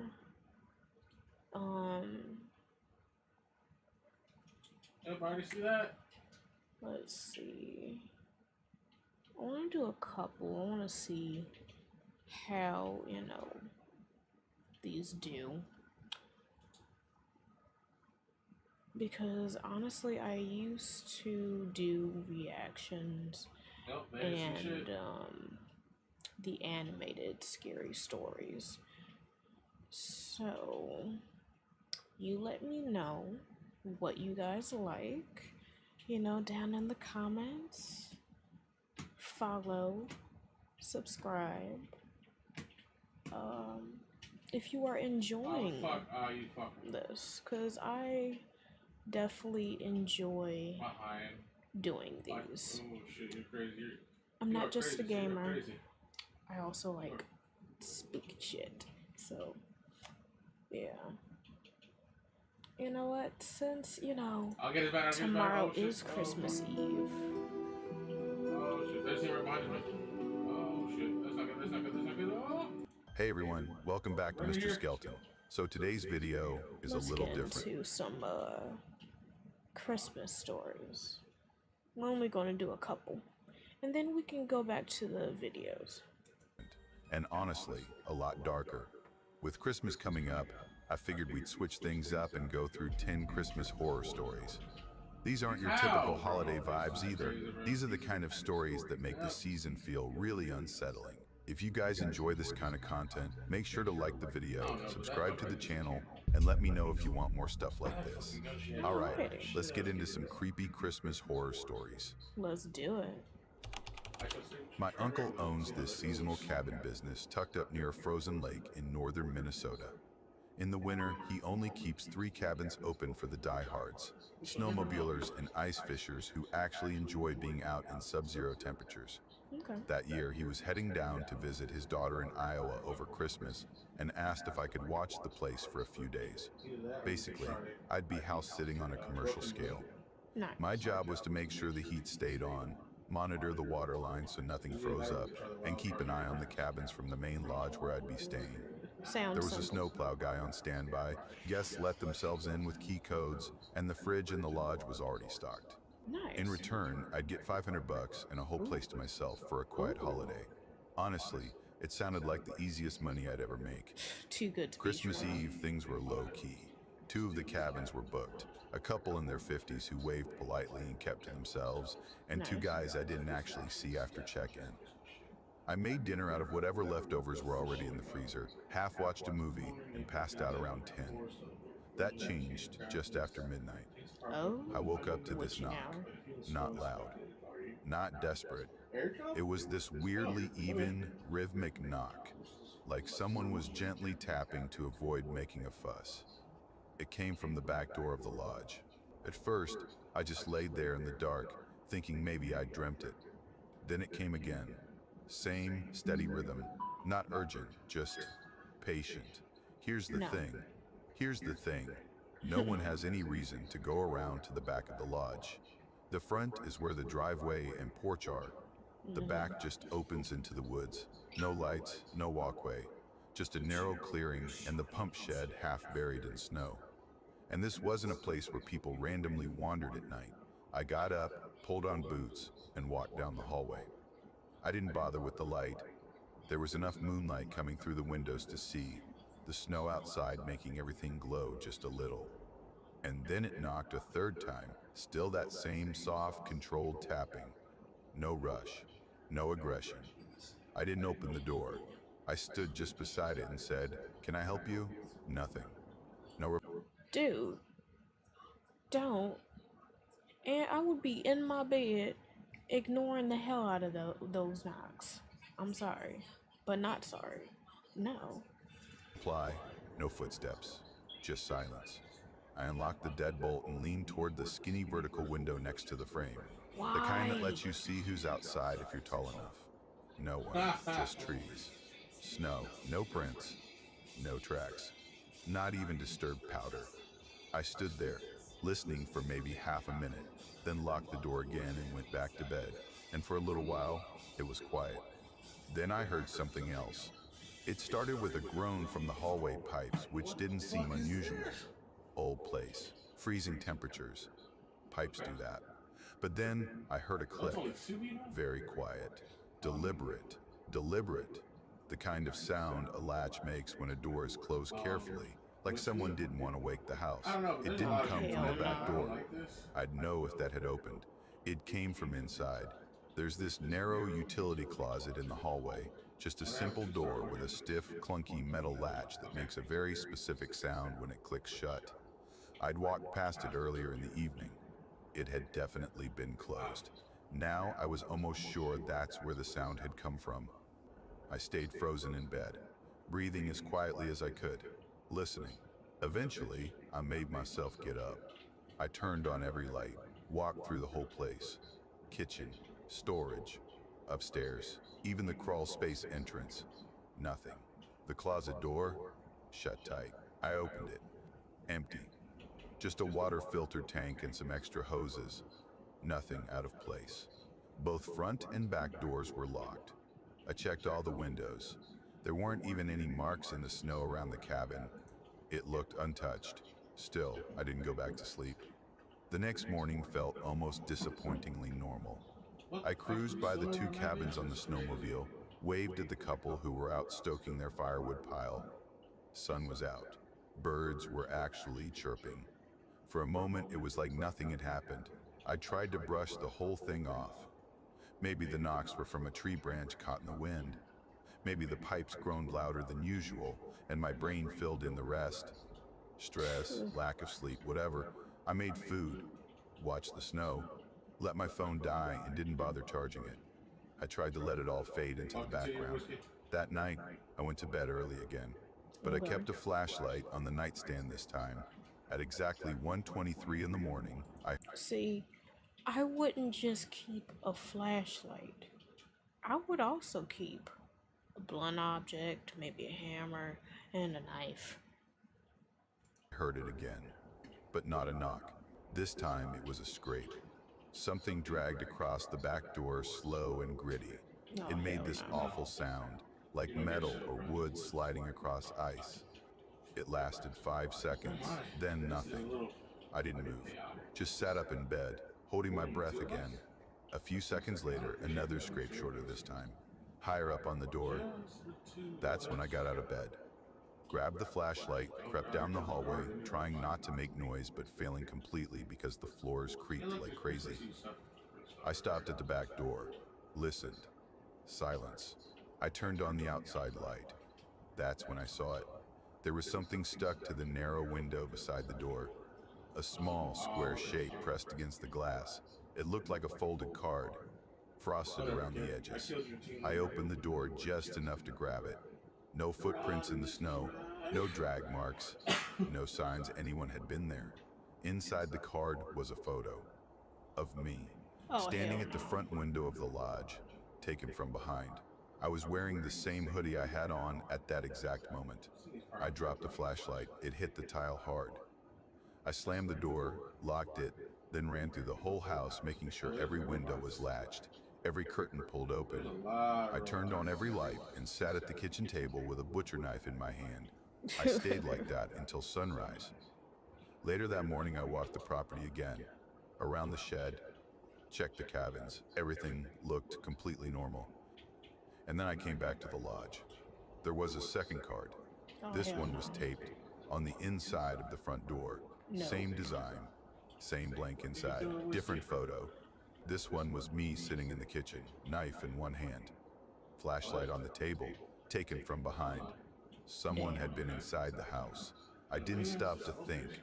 I just grabbed my bag, left everything else, and drove south without even locking the place up. I showed up at my aunt's house around noon, gave her some excuse about needing a change of scenery, and didn't bring up what had actually happened. My Uncle Ron sold the lodge that spring. See, that is another reason Well, I would never go in a cabin to a cabin in the woods. Yeah, no. What if you can create your own website by saying, this is what I want? With Wix, you can.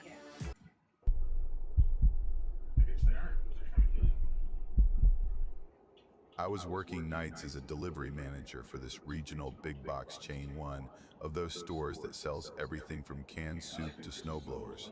We covered the northern Minnesota region, and our central warehouse was just outside a small town called Redbridge. Most of our crew had already headed home for the holidays. I wasn't surprised. That's how it always went. Someone had to stay behind and manage the incoming shipments, especially the holiday overflow. It was Christmas Eve, and yeah, I was alone in the warehouse. That part wasn't weird. The night crew had taken early leave, and the only other guy scheduled, a college temp named Ryan, texted that he was stuck at home with food poisoning. That left me. Corporate wanted everything processed before morning. No delays. So I stayed, like I had the last 3 years. There was a refrigerated trailer due around midnight. Cold stock for the post-holiday clearance bins. My job was simple: unlock the back gate, check the contents, scan them into the system, and go home. The warehouse itself was this massive, drafty beast of a place, a converted paper mill from the 50s. No matter how high we cranked the heaters, it stayed cold. I mean, you could literally see your breath if you stopped moving for too long. I kept the office radio playing low just to drown out the weird echo you get in a steel-walled building that size. Around 11:30, I'd finished setting up the loading zone and took a walk around to make sure the back gate wasn't snowed in. There were drifts against the fence, but nothing too bad. On my way back inside, I noticed my gloves had stiffened up from the cold, so I threw them on the radiator in the office and poured some coffee. That's when I caught it. Aisle 17's motion light had flipped on. It was a sharp little click you could hear from the front. That aisle housed the seasonal section, Santa inflatables, LED reindeer, bins of fake snow. The lights were on a timer, and I'd shut them off half an hour earlier. They only kicked on if someone or something walked past the sensor. Yep. And those things weren't overly sensitive. You needed to be human-sized, moving at close range. I figured maybe a raccoon got in. Wouldn't be the first time. Grabbed my scanner gun out of habit. It's wireless, clunky, and technically meant for inventory, but it gives me a weird sense of security. I made my way to aisle 17. Everything looked normal at first. Shelves were neat. Nothing seemed out of place. But then I saw it, one of the animatronic elf displays, the ones meant to dance and sing when plugged in, was on. It was blinking, slowly, and waving. Thing is, none of the demo units were hooked up. We kept all their cords locked up at the front so customers couldn't mess with them. There was no power. The elf jerked one arm up and gave a stilted little wave. Then it froze. Right after that, the overhead lights buzzed and cut out completely. I stood there, flashlight already in hand, trying to figure out if I'd blown a fuse. I scanned the floor. That's when I saw the footprints. Bare feet. Small, damp, leading away from the elf display toward the back of the aisle. The print looked clean, like someone had stepped in snow and walked barefoot across the concrete. I backed off, slow. No idea why. Just instinct, I guess. Walked fast back to the office and shut off the aisle's breaker switch entirely. Then I checked the cameras. We had security feeds that showed wide-angle shots of each aisle. I pulled up 17s and scrolled back about 2 hours. At 11:10, the light kicked on by itself. A minute later, the elf display began moving. No one in the frame, not even a blur. Just the elf, waving like some creepy little greeter at a haunted toy store. Then, right at 11:13, something weird happened. One of the boxed up artificial trees in the back of the frame jumped to the left. Just like that, from one frame to the next. No movement. No one touched it. It just shifted. I kept scrubbing forward. At 11:17, something white rolled across the floor, way at the edge of the frame. I zoomed in, paused. It looked like a snowball. No kidding. Just this little clump of white sliding past the camera. That's when I started to feel it. That tight feeling in your chest when you know something's off but you can't explain it yet. I headed back to aisle 17, slowly. The elf was still now. Just a dead-eyed grin and empty plastic hands. The footprints were gone completely. But the fake tree that had shifted on the feed, it was lying on its side, out of the box, like someone had dragged it a few feet and dumped it there. I stepped closer. Around the tree, the concrete was dusted with real snow. Thin, powdery, melting into little puddles. Then I heard it, the roll-up dock door rattling. I ran back through the warehouse, flashlight cutting through the dark. The roll-up door was still locked, but the chain, it was swaying, like someone had just yanked it hard and let go. I looked through the glass panel, nothing outside. Fresh snow, untouched. Not a single footprint in or out. Back in the office, the radio was still on. Silver Bells was playing, but the track stuttered. It hit the word soon and repeated it soon, soon, soon. Soon before continuing like nothing happened. I turned it off. Yeah. Sat there for a while, heart doing this steady, tight thump in my chest. Told myself I was being paranoid. Wiring glitch, bad sensors, old building. There were 100 explanations. At 12:06, the back gate buzzer rang. I checked the monitor. A semi had pulled up, headlights cutting through the dock snow. I went out to meet the driver, a guy maybe mid-40s, no real expression. He handed me the manifest without saying a word. I opened the trailer. Something was off immediately. Instead of labeled pallets or crates with barcodes, the whole truck was packed with unbranded wooden boxes, rough cut, mismatched, stacked unevenly. No labels, no cereals, nothing. I pried one open. Inside was a bundle of burlap tied with twine. I unwrapped it. It was a handmade Santa doll stitched red felt, little button eyes, a tag pinned to its chest. He sees you when you're sleeping. I looked back at the manifest. It was blank. Just a delivery time and my name typed in the recipient field. No origin, no product list. I opened another box, another doll. This one looked like an elf, but its eyes were sealed shut with wire, thick silver twists right across the face. By the time I turned around, the driver was already pulling away. I stood there in the freezing dark, staring at dozens of boxes filled with creepy, faceless toys. All different, all wrong.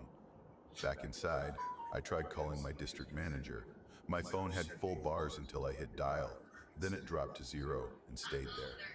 The warehouse landline, completely dead. And then every motion light in the building turned on at once. Every aisle, every sensor. Then they started turning off again, one by one, in a slow wave from left to right. When the last light died, the radio clicked on by itself. It wasn't music this time. It was breathing. Heavy, close, like someone was standing inches from the mic. That was enough for me. I grabbed my keys and coat, locked the office door behind me, and left everything as it was. Boxes, paperwork, shipment, all of it. I drove straight to my brother's place in West Maple and told him I needed to crash for a few days. Didn't say why. Just poured myself a drink and pretended I was tired of working holidays. When the warehouse reopened on the 27th, I called HR, quit over the phone, and asked them to send my last check in the mail. You damn right. Cause fuck that shit. Oh my goodness, that's horrible. I hope you guys are liking these stories. These stories are pretty decent.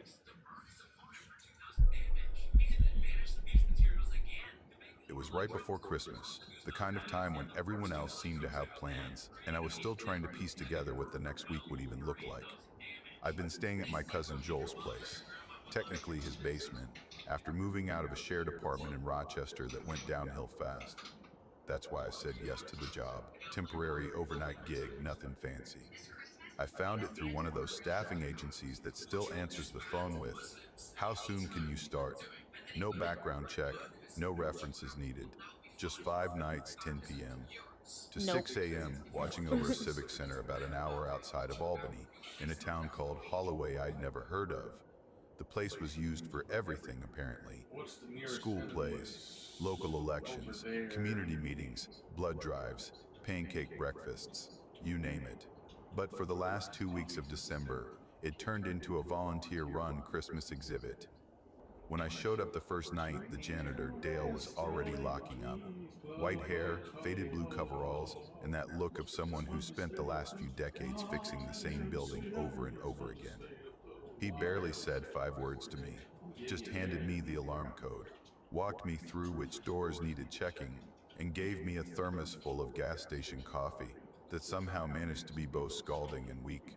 I took it anyway. It was cold inside, and I hadn't thought to bring gloves. The first 3 nights were a blur. I'd do a lap every couple hours, checking fire exits and poking my head into the auditorium where most of the decorations were. The train setup was surprisingly detailed. I'm talking tiny lampposts that actually lit up, little faux gift boxes glued under every miniature tree, even a working level crossing with flashing lights. Someone had taken it seriously. I found it weirdly relaxing to watch, like it gave the building some kind of heartbeat. The rest of the place felt hollow, like a school after hours. Long hallways, cold tile floors, the occasional hum from a vending machine that hadn't been restocked in years. I passed the time by scrolling on my phone, microwaving sandwiches, and texting Joel dumb updates just to stay awake. Still alive, no elf attacks, that kind of thing. It wasn't a bad gig, honestly, not until night 4. That shift started out the same as always. Dale grunted something about the thermostat still acting up, passed me the keys, and disappeared into the night. I made my first rounds. Everything looked the same, except the lights in the hallway by the auditorium were flickering a little. I figured it was a wiring thing and moved on. Around 3 in the morning, I was halfway through a stale peanut butter granola bar when I heard this loud metallic click. Not just a creak or pop, this was a deliberate sound, like a lock turning. I sat up. The heat made all kinds of weird noises in that place, but this was different. Sharper, closer. I got up, left the lounge, and started down the hall. That's when I noticed some of the overhead lights were off now. I hadn't touched anything, and the timers were supposed to keep them on until morning. A few sections were dark that hadn't been before. My shoes echoed more than usual, every step sounding too loud in the quiet. The doors to the auditorium were cracked open. I knew I'd closed them during my last walkthrough. Inside, the main lights were still glowing. The centerpiece tree in the corner blinked softly in red and green. It looked like a store-bought tree someone had tried to make fancier with ribbons and hand-cut paper stars. A little off-kilter, like everything in there. I walked past the folding tables, keeping an eye out for anything obviously wrong, like a broken display or open door. Then I heard a soft buzzing. I looked over at the model train display. One of the trains was moving, just one car, inching its way along the track at a slow, steady pace. The rest of the display was still. I hadn't touched the switch. In fact, I hadn't even gone near it that night. The power cord for the whole thing ran from under the table to an outlet near the back wall. Oh, shit. I stepped closer and ducked down. The switch was in the off position. I stared at it for a second, then reached under the table and yanked the plug out completely. The train stopped. I stood up slowly. My chest felt tight, like something was pushing inward from the inside. I kept telling myself there had to be a simple explanation. Maybe there was a backup battery. Maybe it was a mechanical delay. Maybe I was overtired. But nothing about it felt mechanical or delayed. It felt wrong. The air felt heavier than it had 10 minutes earlier. There was a breeze from the heating vent that stirred the fake snow just enough to make it look like something had passed by. I didn't want to stay in that room any longer. I left and started back down the hallway. That's when I heard music. It wasn't loud, barely audible really, but there it was. A soft, tinny melody drifting from somewhere near the front entrance. It was familiar, took me a second to place it. Oh, Christmas Tree. I followed the sound past the reception desk, toward the coat closet the volunteers used. The door was slightly open. Just inside, on a narrow shelf, sat a plastic radio, the kind you might take camping or find in an old garage. It had a cracked dial and an antenna that leaned like it had given up trying. The music was coming from that radio. The song was warped, slow, like someone had recorded it onto a dying cassette and was playing it back on worn-out speakers. I stepped in and picked it up. The volume knob didn't do anything. I tried turning it off. Nothing. I held the power button. Still nothing. I flipped it around and popped off the battery cover. There weren't any batteries inside. Oh, damn. Nothing. Just an empty compartment and a faint smell of dust. I didn't know what to do with that. I stood there holding the thing for maybe 10 seconds, my brain lagging behind what I was seeing. Then I set it back down on the shelf and stepped out of the room like it was radioactive. Back in the lounge, I grabbed my coat and walked straight outside without thinking. I stood under the side awning in the snow, holding my phone, refreshing the weather app just to have something moving on the screen. I didn't call anyone. I didn't text Joel. I just stood there, breathing into my hands, counting how many minutes were left until sunrise. When Dale pulled into the lot around 5:45, I was still there, coated in a thin dusting of snow. He looked confused. "Forget your keys?" he asked. I didn't answer. I just followed him back in, grabbed my bag, and left. I never did the 5th shift. I called the agency and told them I had the flu. They didn't ask questions. I didn't push my luck. I never went back to Holloway, never drove through it, never even looked it up again. Alright, this will be the last story, and then back into some scary videos. My brother Keir and I had rented this little cabin out in upstate New York, about 10 minutes outside a town called Westfield. The cabin used to be part of a summer retreat center back in the day, before that kind of thing faded out. Keir's girlfriend had holiday plans with her family, and I really didn't want to fly all the way back to Oregon just to get stuck at my old apartment alone over Christmas. So we figured, why not just do something easy? Just the two of us. We brought one of those plastic fake trees, wrapped up a few dumb gag gifts, and loaded the car with snacks and way too much beer. It was supposed to be quiet, low-key, something we could laugh about later. The cabin was set pretty far back from the road, surrounded by trees thick enough that you couldn't really see the sky once it got dark. It had this long, curved gravel driveway that someone had clearly plowed a day or two before. There weren't any neighbors, no traffic noise. Just a little gas station 2 miles away that sold bait, jerky, and scratch-offs. The owner met us in the driveway when we pulled up and handed Keir the keys and a boxy old space heater. He gave us a quick rundown. Keep the taps dripping so the pipes don't freeze, don't wander too far into the woods, and don't leave food out. I asked him what the deal was with the food, and he said, "Coyotes," without even looking up from the lockbox he was fiddling with. Then he drove off. The first night was fine, cold but nothing serious. We set up the tree, stacked our sad pile of presents under it, and cracked open some drinks. The Wi-Fi barely worked and there was no TV, so we took turns playing music off my phone and trying to get a fire going in the pit out back. It was kind of nice, honestly. It snowed the second night. Not heavily, just enough to coat everything and muffle the sound around the cabin. That night we made hot cocoa and spiked it with way too much whiskey. Dragged some chairs outside near the fire pit and watched a Christmas movie on my laptop. My hubby Pop Spartan X23 is playing some Apex, if you guys want to check him out. Around halfway through, I got up to grab more wood from the pile near the shed. That's when I saw something move, just past the trees. It wasn't a person. At least, I don't think it was. Just this quick shift like someone stepping behind a trunk before I could get a good look. I shined the flashlight toward the spot, but there was nothing there. I walked a few steps forward, crunching through the snow, but all I saw were clean patches of white. No tracks, which was weird because the snow was fresh, soft, powdery, untouched. When I came back inside, I told Keir what I'd seen. He laughed it off and told me to stop creeping myself out. Typical big brother response.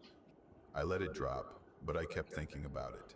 Kept checking the windows without meaning to. The next morning we were in the kitchen making coffee when I noticed something on the back door. There were marks on it. Long, thin scratches, maybe 6 or 7 running straight down in vertical lines. They weren't deep, but they were deliberate. Like someone had slowly dragged their fingers through the wood. Keir said it was probably a raccoon or maybe a possum, but I've spent enough time in the woods to know the difference. These scratches started too high up, and they were too long. No animal I know of makes marks like that unless it's standing. We argued about it for a bit, but then the power went out. Whole cabin went dark and cold within minutes. The little space heater gave out first, and the built-in ones along the wall didn't have any juice to begin with. Damn. We waited a couple hours, thinking maybe it would come back. It didn't. Kier eventually offered to drive into town and see if he could find a kerosene heater or some emergency supplies. I told him I'd stay behind and keep the taps running every hour or so. I remember watching his car disappear down the drive and feeling this weird kind of relief, like maybe I'd been imagining everything, and now I just had a few hours to chill out alone. That didn't last. About an hour later, I went out again to grab more firewood and noticed something strange. Footprints, all around the cabin. Bare feet, human. No boots, no tread. Just clean, deep impressions in the snow walking in a wide circle, right up against the siding. They led to the window of my bedroom. Then around the back. Then they just stopped, fading out near a tree about 20 feet from the porch. No trail leading back. I walked the whole perimeter of the house twice, checked the shed, looked up into the woods. It was dead silent. Not even birds. When Kier finally got back, I told him everything. Showed him the prints, though by then they were starting to fade a little. He looked, nodded, then gave me this tight half smile like he didn't want to argue, but also didn't believe a word of it. He said I was probably just spooked and seeing things. That night I barely slept. On Christmas Eve, the power finally kicked back on. We both acted like nothing had happened. Cooked a lazy dinner, opened... You funny. But yeah, we are doing, well, first part of the stream was Slime Rancher. Now, spooky, spooky stories. So we did some videos, right after we were done with Slime Rancher. How are you doing? Welcome to the stream.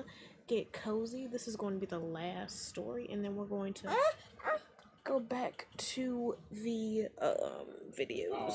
The single gift each and watched Home Alone on my laptop. Kier turned in early. I stayed up, texting a friend from back home and scrolling through old pictures on my phone. It was the first time I felt almost relaxed. Then I heard it. Tap.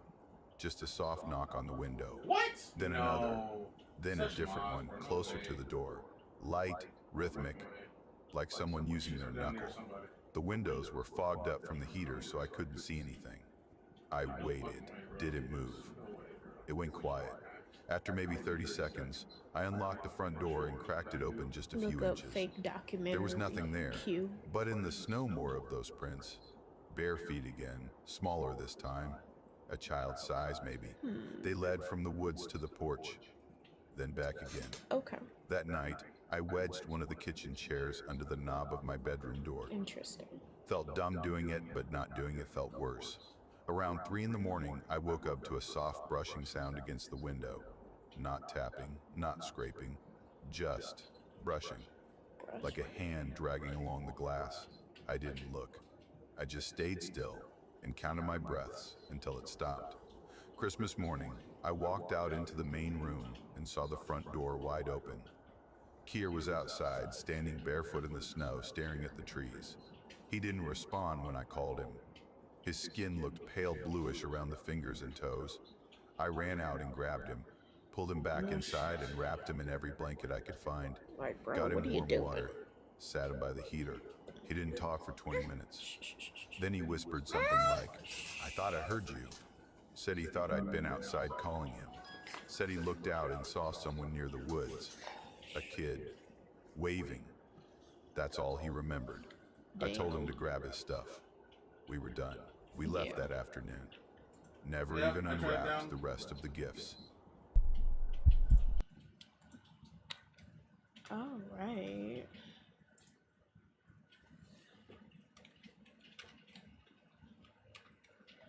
Fake document. Like, we were. Is this. Fucking hell. This spooky. Okay, so it was 18 minutes. Okay. I know you can. I didn't know you could cancel that fucking. Okay, so res. you. Who the fuck would want to cancel the res? に住むさんご夫婦です。みちこさんは元警察官の夫秀夫さんと2人暮らしです。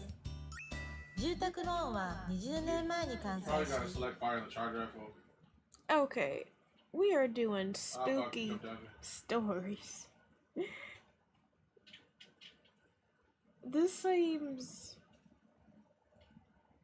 This is a fake dot. Okay.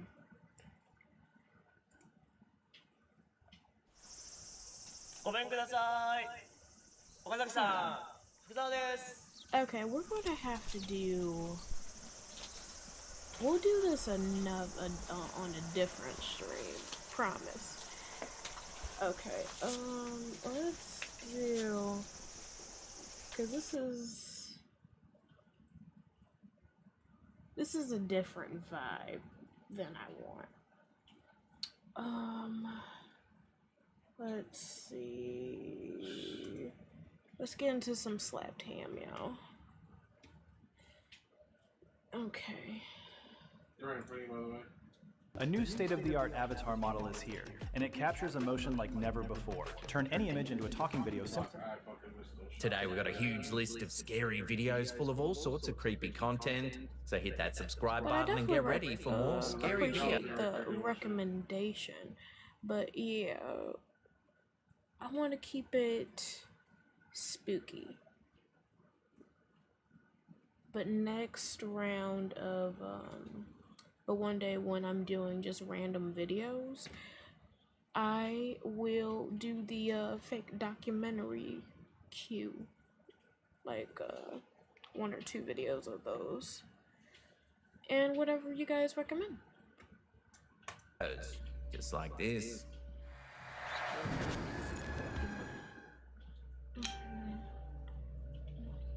Gotcha. Something Creepy is a page dedicated to sharing scary videos and unsettling images from around the internet. And this next submission has left a lot of viewers uneasy. A follower of the Facebook page sent in this photo taken around 10 years ago. Oh, shit. It shows a woman posing with her That baby face right girl there is smiling into the behind them. camera. At first glance, everything looks normal. But if you look closely to the right side of the image, something else appears to be there. And it's smiling. The person who submitted the photo says they don't recognize the figure at all. They insist no one else was present when the picture was taken. Some viewers think the figure could be a reflection, motion blur, or lens flare caused by the lighting. Others believe it resembles what's often described as a spirit form subtly appearing beside the baby. So what do you see here? A trick of the lens, or a ghost caught on camera?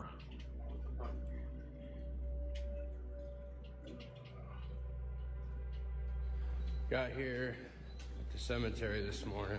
Here's a series of scary videos that appear to have captured something deeply unsettling inside a cemetery in upstate New York. As I was unlocking the door and coming in, as I was still out this door, getting my keys, I heard rustling inside of here, or some kind of shifting or movement. The footage is believed to have been filmed at Oak Hill Cemetery in Herkimer County. The clips were posted by TikTok user Nate, who goes by the username BeardDoodie. Nate works at the cemetery, and over time he's documented a string of strange events that he says he can't explain. I bet. You're working in a cemetery. Over there, but I don't see anything. It all begins while Nate is working near a gravesite. I don't know what's going on right now. As he goes about his job, he suddenly hears what sound like heavy thuds coming from the nearby tree line, deep, weighted footsteps pressing into the ground. Somewhere along these tree lines, it sounded like something heavy was like running back and forth. At first, he assumes it might be deer moving through the woods. Like I kept turning around expecting to see a deer or something, and it was heavy, so it wasn't like a squirrel, like you could hear the steps. But when he looks, there's nothing there, no animals, no people, just silence. bullshit. It's a great weapon. But I don't see any deer. I don't see any bear. I thought they switched into sniper. He says he can clearly hear movement, but nothing shows up on camera. That's when viewers suggested isolating the audio. I hear something over there, but I don't see anything. I can hear moving. But I hear moving. At the 1:27 mark in the clip, something chilling can be heard, but only if you listen closely with headphones. Oh shit. But I hear moving. A faint, childlike whisper seems to say, "You're near me."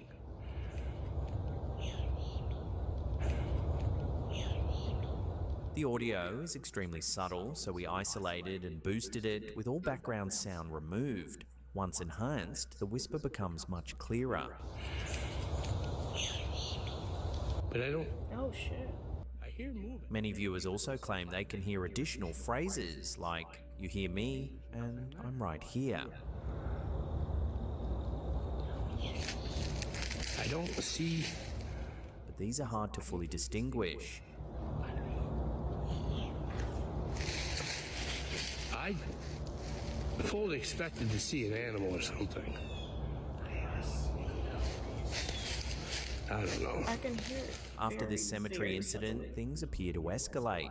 Oh shit. Nate begins posting clips of strange activity following him, not just at work, but inside his workshop and even his home. That heavy That's why you bag don't right work there at 7 sounded like it was being hit. But I wasn't sure.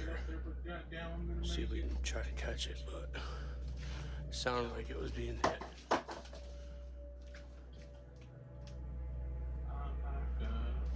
In another clip, Nate claims he sees a person walking into his work shed. Alright, so I just watched somebody walk into here. Those are locked. Moments later, this happens.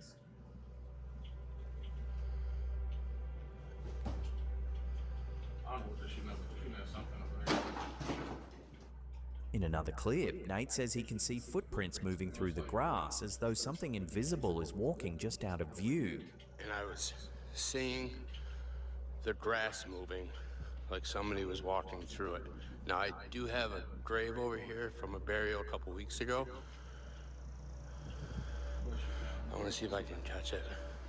The movement is very subtle and difficult to make out on camera, but he insists it was obvious in person.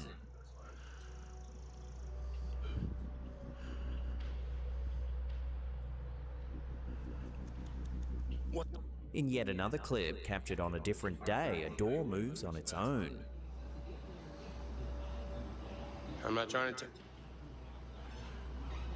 Later, Nate hears footsteps inside his work shed while something shifts in the window. Fast footsteps or something that was back there. Clearly you can see there's nobody back there. Oh yeah. Very clear this side out. Seconds later, this happens. Reach behind, man. She's weak. Turn around.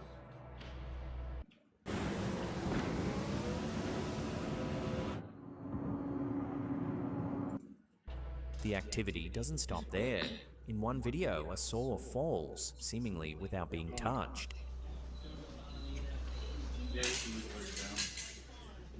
Hold.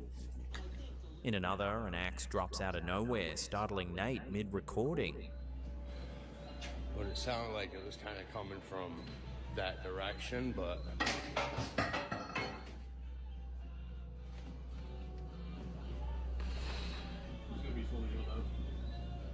Taken individually, each moment could have a mundane explanation.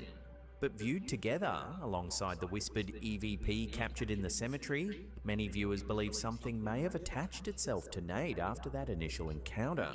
It I'm not trying to... did, cause... So what do you think is happening here? A string of coincidences, environmental noise, or has Nate unknowingly brought something home with him from the cemetery? I can hear moving. Pero.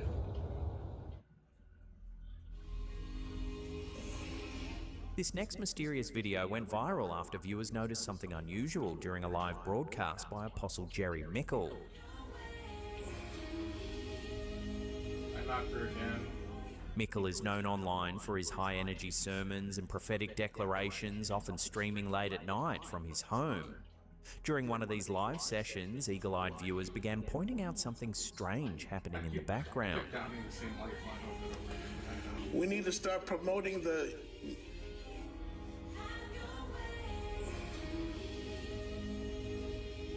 Some describe it as a figure in white, others say it looks more like a streak of light or mist drifting across the room.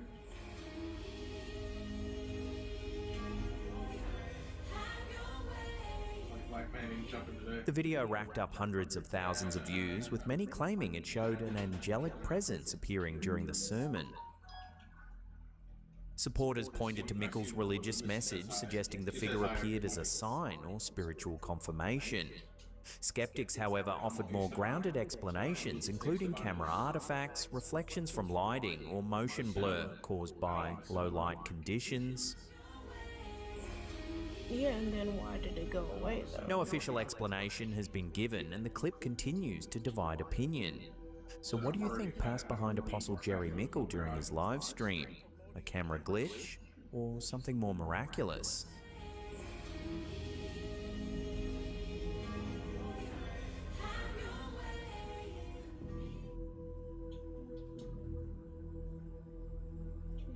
This next clip comes from late one night in November 2021, and it's left viewers sharply divided. Oh, shit.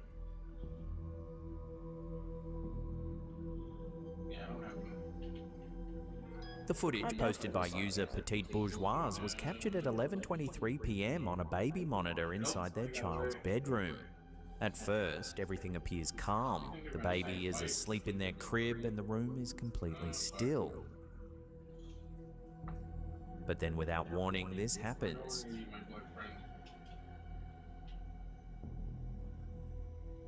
A small toy slides out from underneath the crib. Yeah, no. I saw that movement earlier. Because when we go back, if you watch the dollhouse. Number 2021, and it's left viewers sharply divided. That doll just flipped up. Do it again. Don't worry about me, I'm just gonna call you. Number 2021, and it's left viewers sharply divided. Because that was the first thing that happened. The footage posted by user Petite Bourgeoise was captured at 11:23 p.m. on a baby monitor inside their child's bedroom.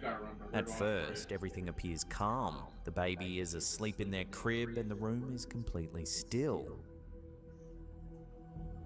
But then, without warning, this happens.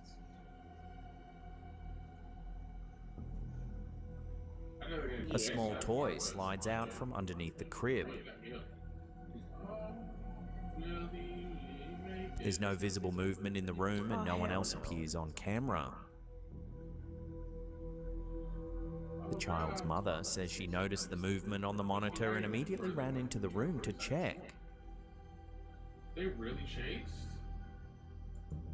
She looked under the crib and around the floor, but found nothing that could explain how the toy moved. No pets, no loose cords, no draft. Several months later, the baby monitor captures something else.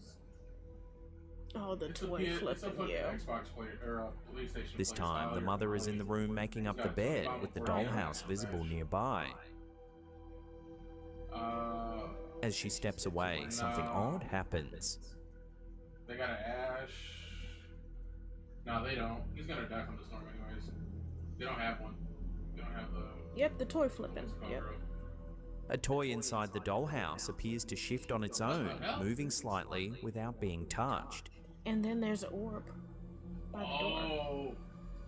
No, No, it's basically since This you're is where fucking- opinions start to split. Some viewers believe the clips show genuine paranormal activity taking place inside the home, pointing to the lack of visible causes and the repeated nature of the events. Others aren't convinced. They argue that the way the dollhouse toy moves looks deliberate, suggesting it could be lifted or pulled using string. I mean, he's back out. He's not in the what's it called no more, so it's not counting down on my screen. So what do you think is happening here?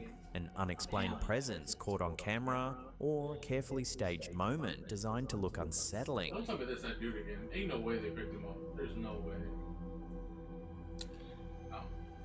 I was about to say, bro, there's no way that team fucking picked him up. This next weird clip looks unsettling at first, but there's a surprising scientific explanation behind it. When you watch the video, keep your eyes fixed on the cross in the center of the screen. Don't look directly at the faces, just hold your focus on the cross as the images on either side continue to flash. It wasn't supposed to be in the rain. Okay.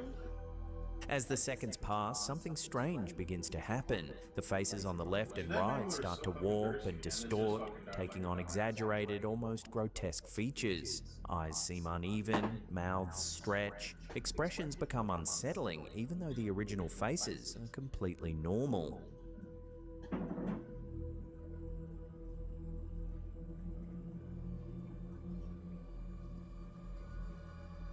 This effect is known as the flashed face distortion illusion, and it's a well-documented visual phenomenon. It happens because your brain is rapidly comparing faces in your peripheral vision while your attention is locked elsewhere. Instead of processing each face accurately, the brain exaggerates the differences between them. Weird. In simple terms, your visual system starts amplifying contrast. Slight differences in facial features become extreme. The brain fills in gaps with distortion, especially when faces appear briefly and repeatedly in the edges of your vision.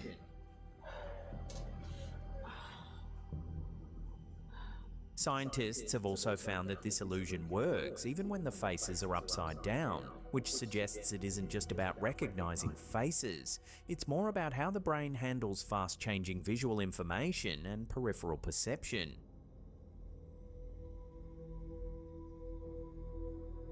So while it can feel deeply unsettling, there's no supernatural trick at play here. It's a reminder that our perception of reality isn't always as reliable as we think. It was very interesting. How did you feel while watching this clip? Let me know your experiences in the comments below. Kind of felt off. But I believe that's the point of the clip.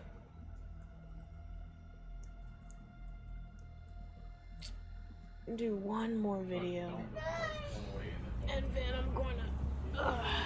Here's a strange UAP sighting shared to Reddit by user 316OK. Once he woke back up. The footage was filmed in Southern California and shows an unidentified object drifting slowly across the sky. Interesting.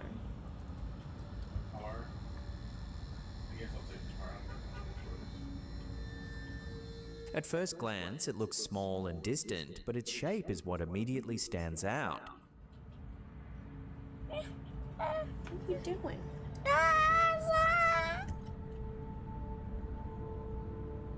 As the camera zooms in, the object appears to be S-shaped, rotating gently as it moves.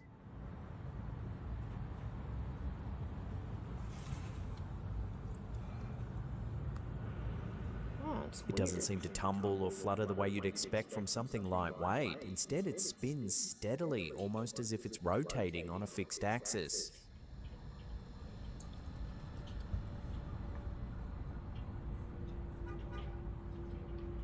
This clip isn't alone either. In recent months, multiple videos showing similar S-shaped objects have been shared online, often filmed in broad daylight and in different locations. Skeptics suggest these could be S-shaped balloons, possibly novelty or art balloons, released deliberately to fuel UFO speculation. but others aren't convinced. Several viewers point out that the object's rotation remains unusually consistent, holding the same orientation far longer than a balloon typically would. So what exactly are people seeing here? A clever illusion created by something ordinary, or another unexplained object moving through our skies?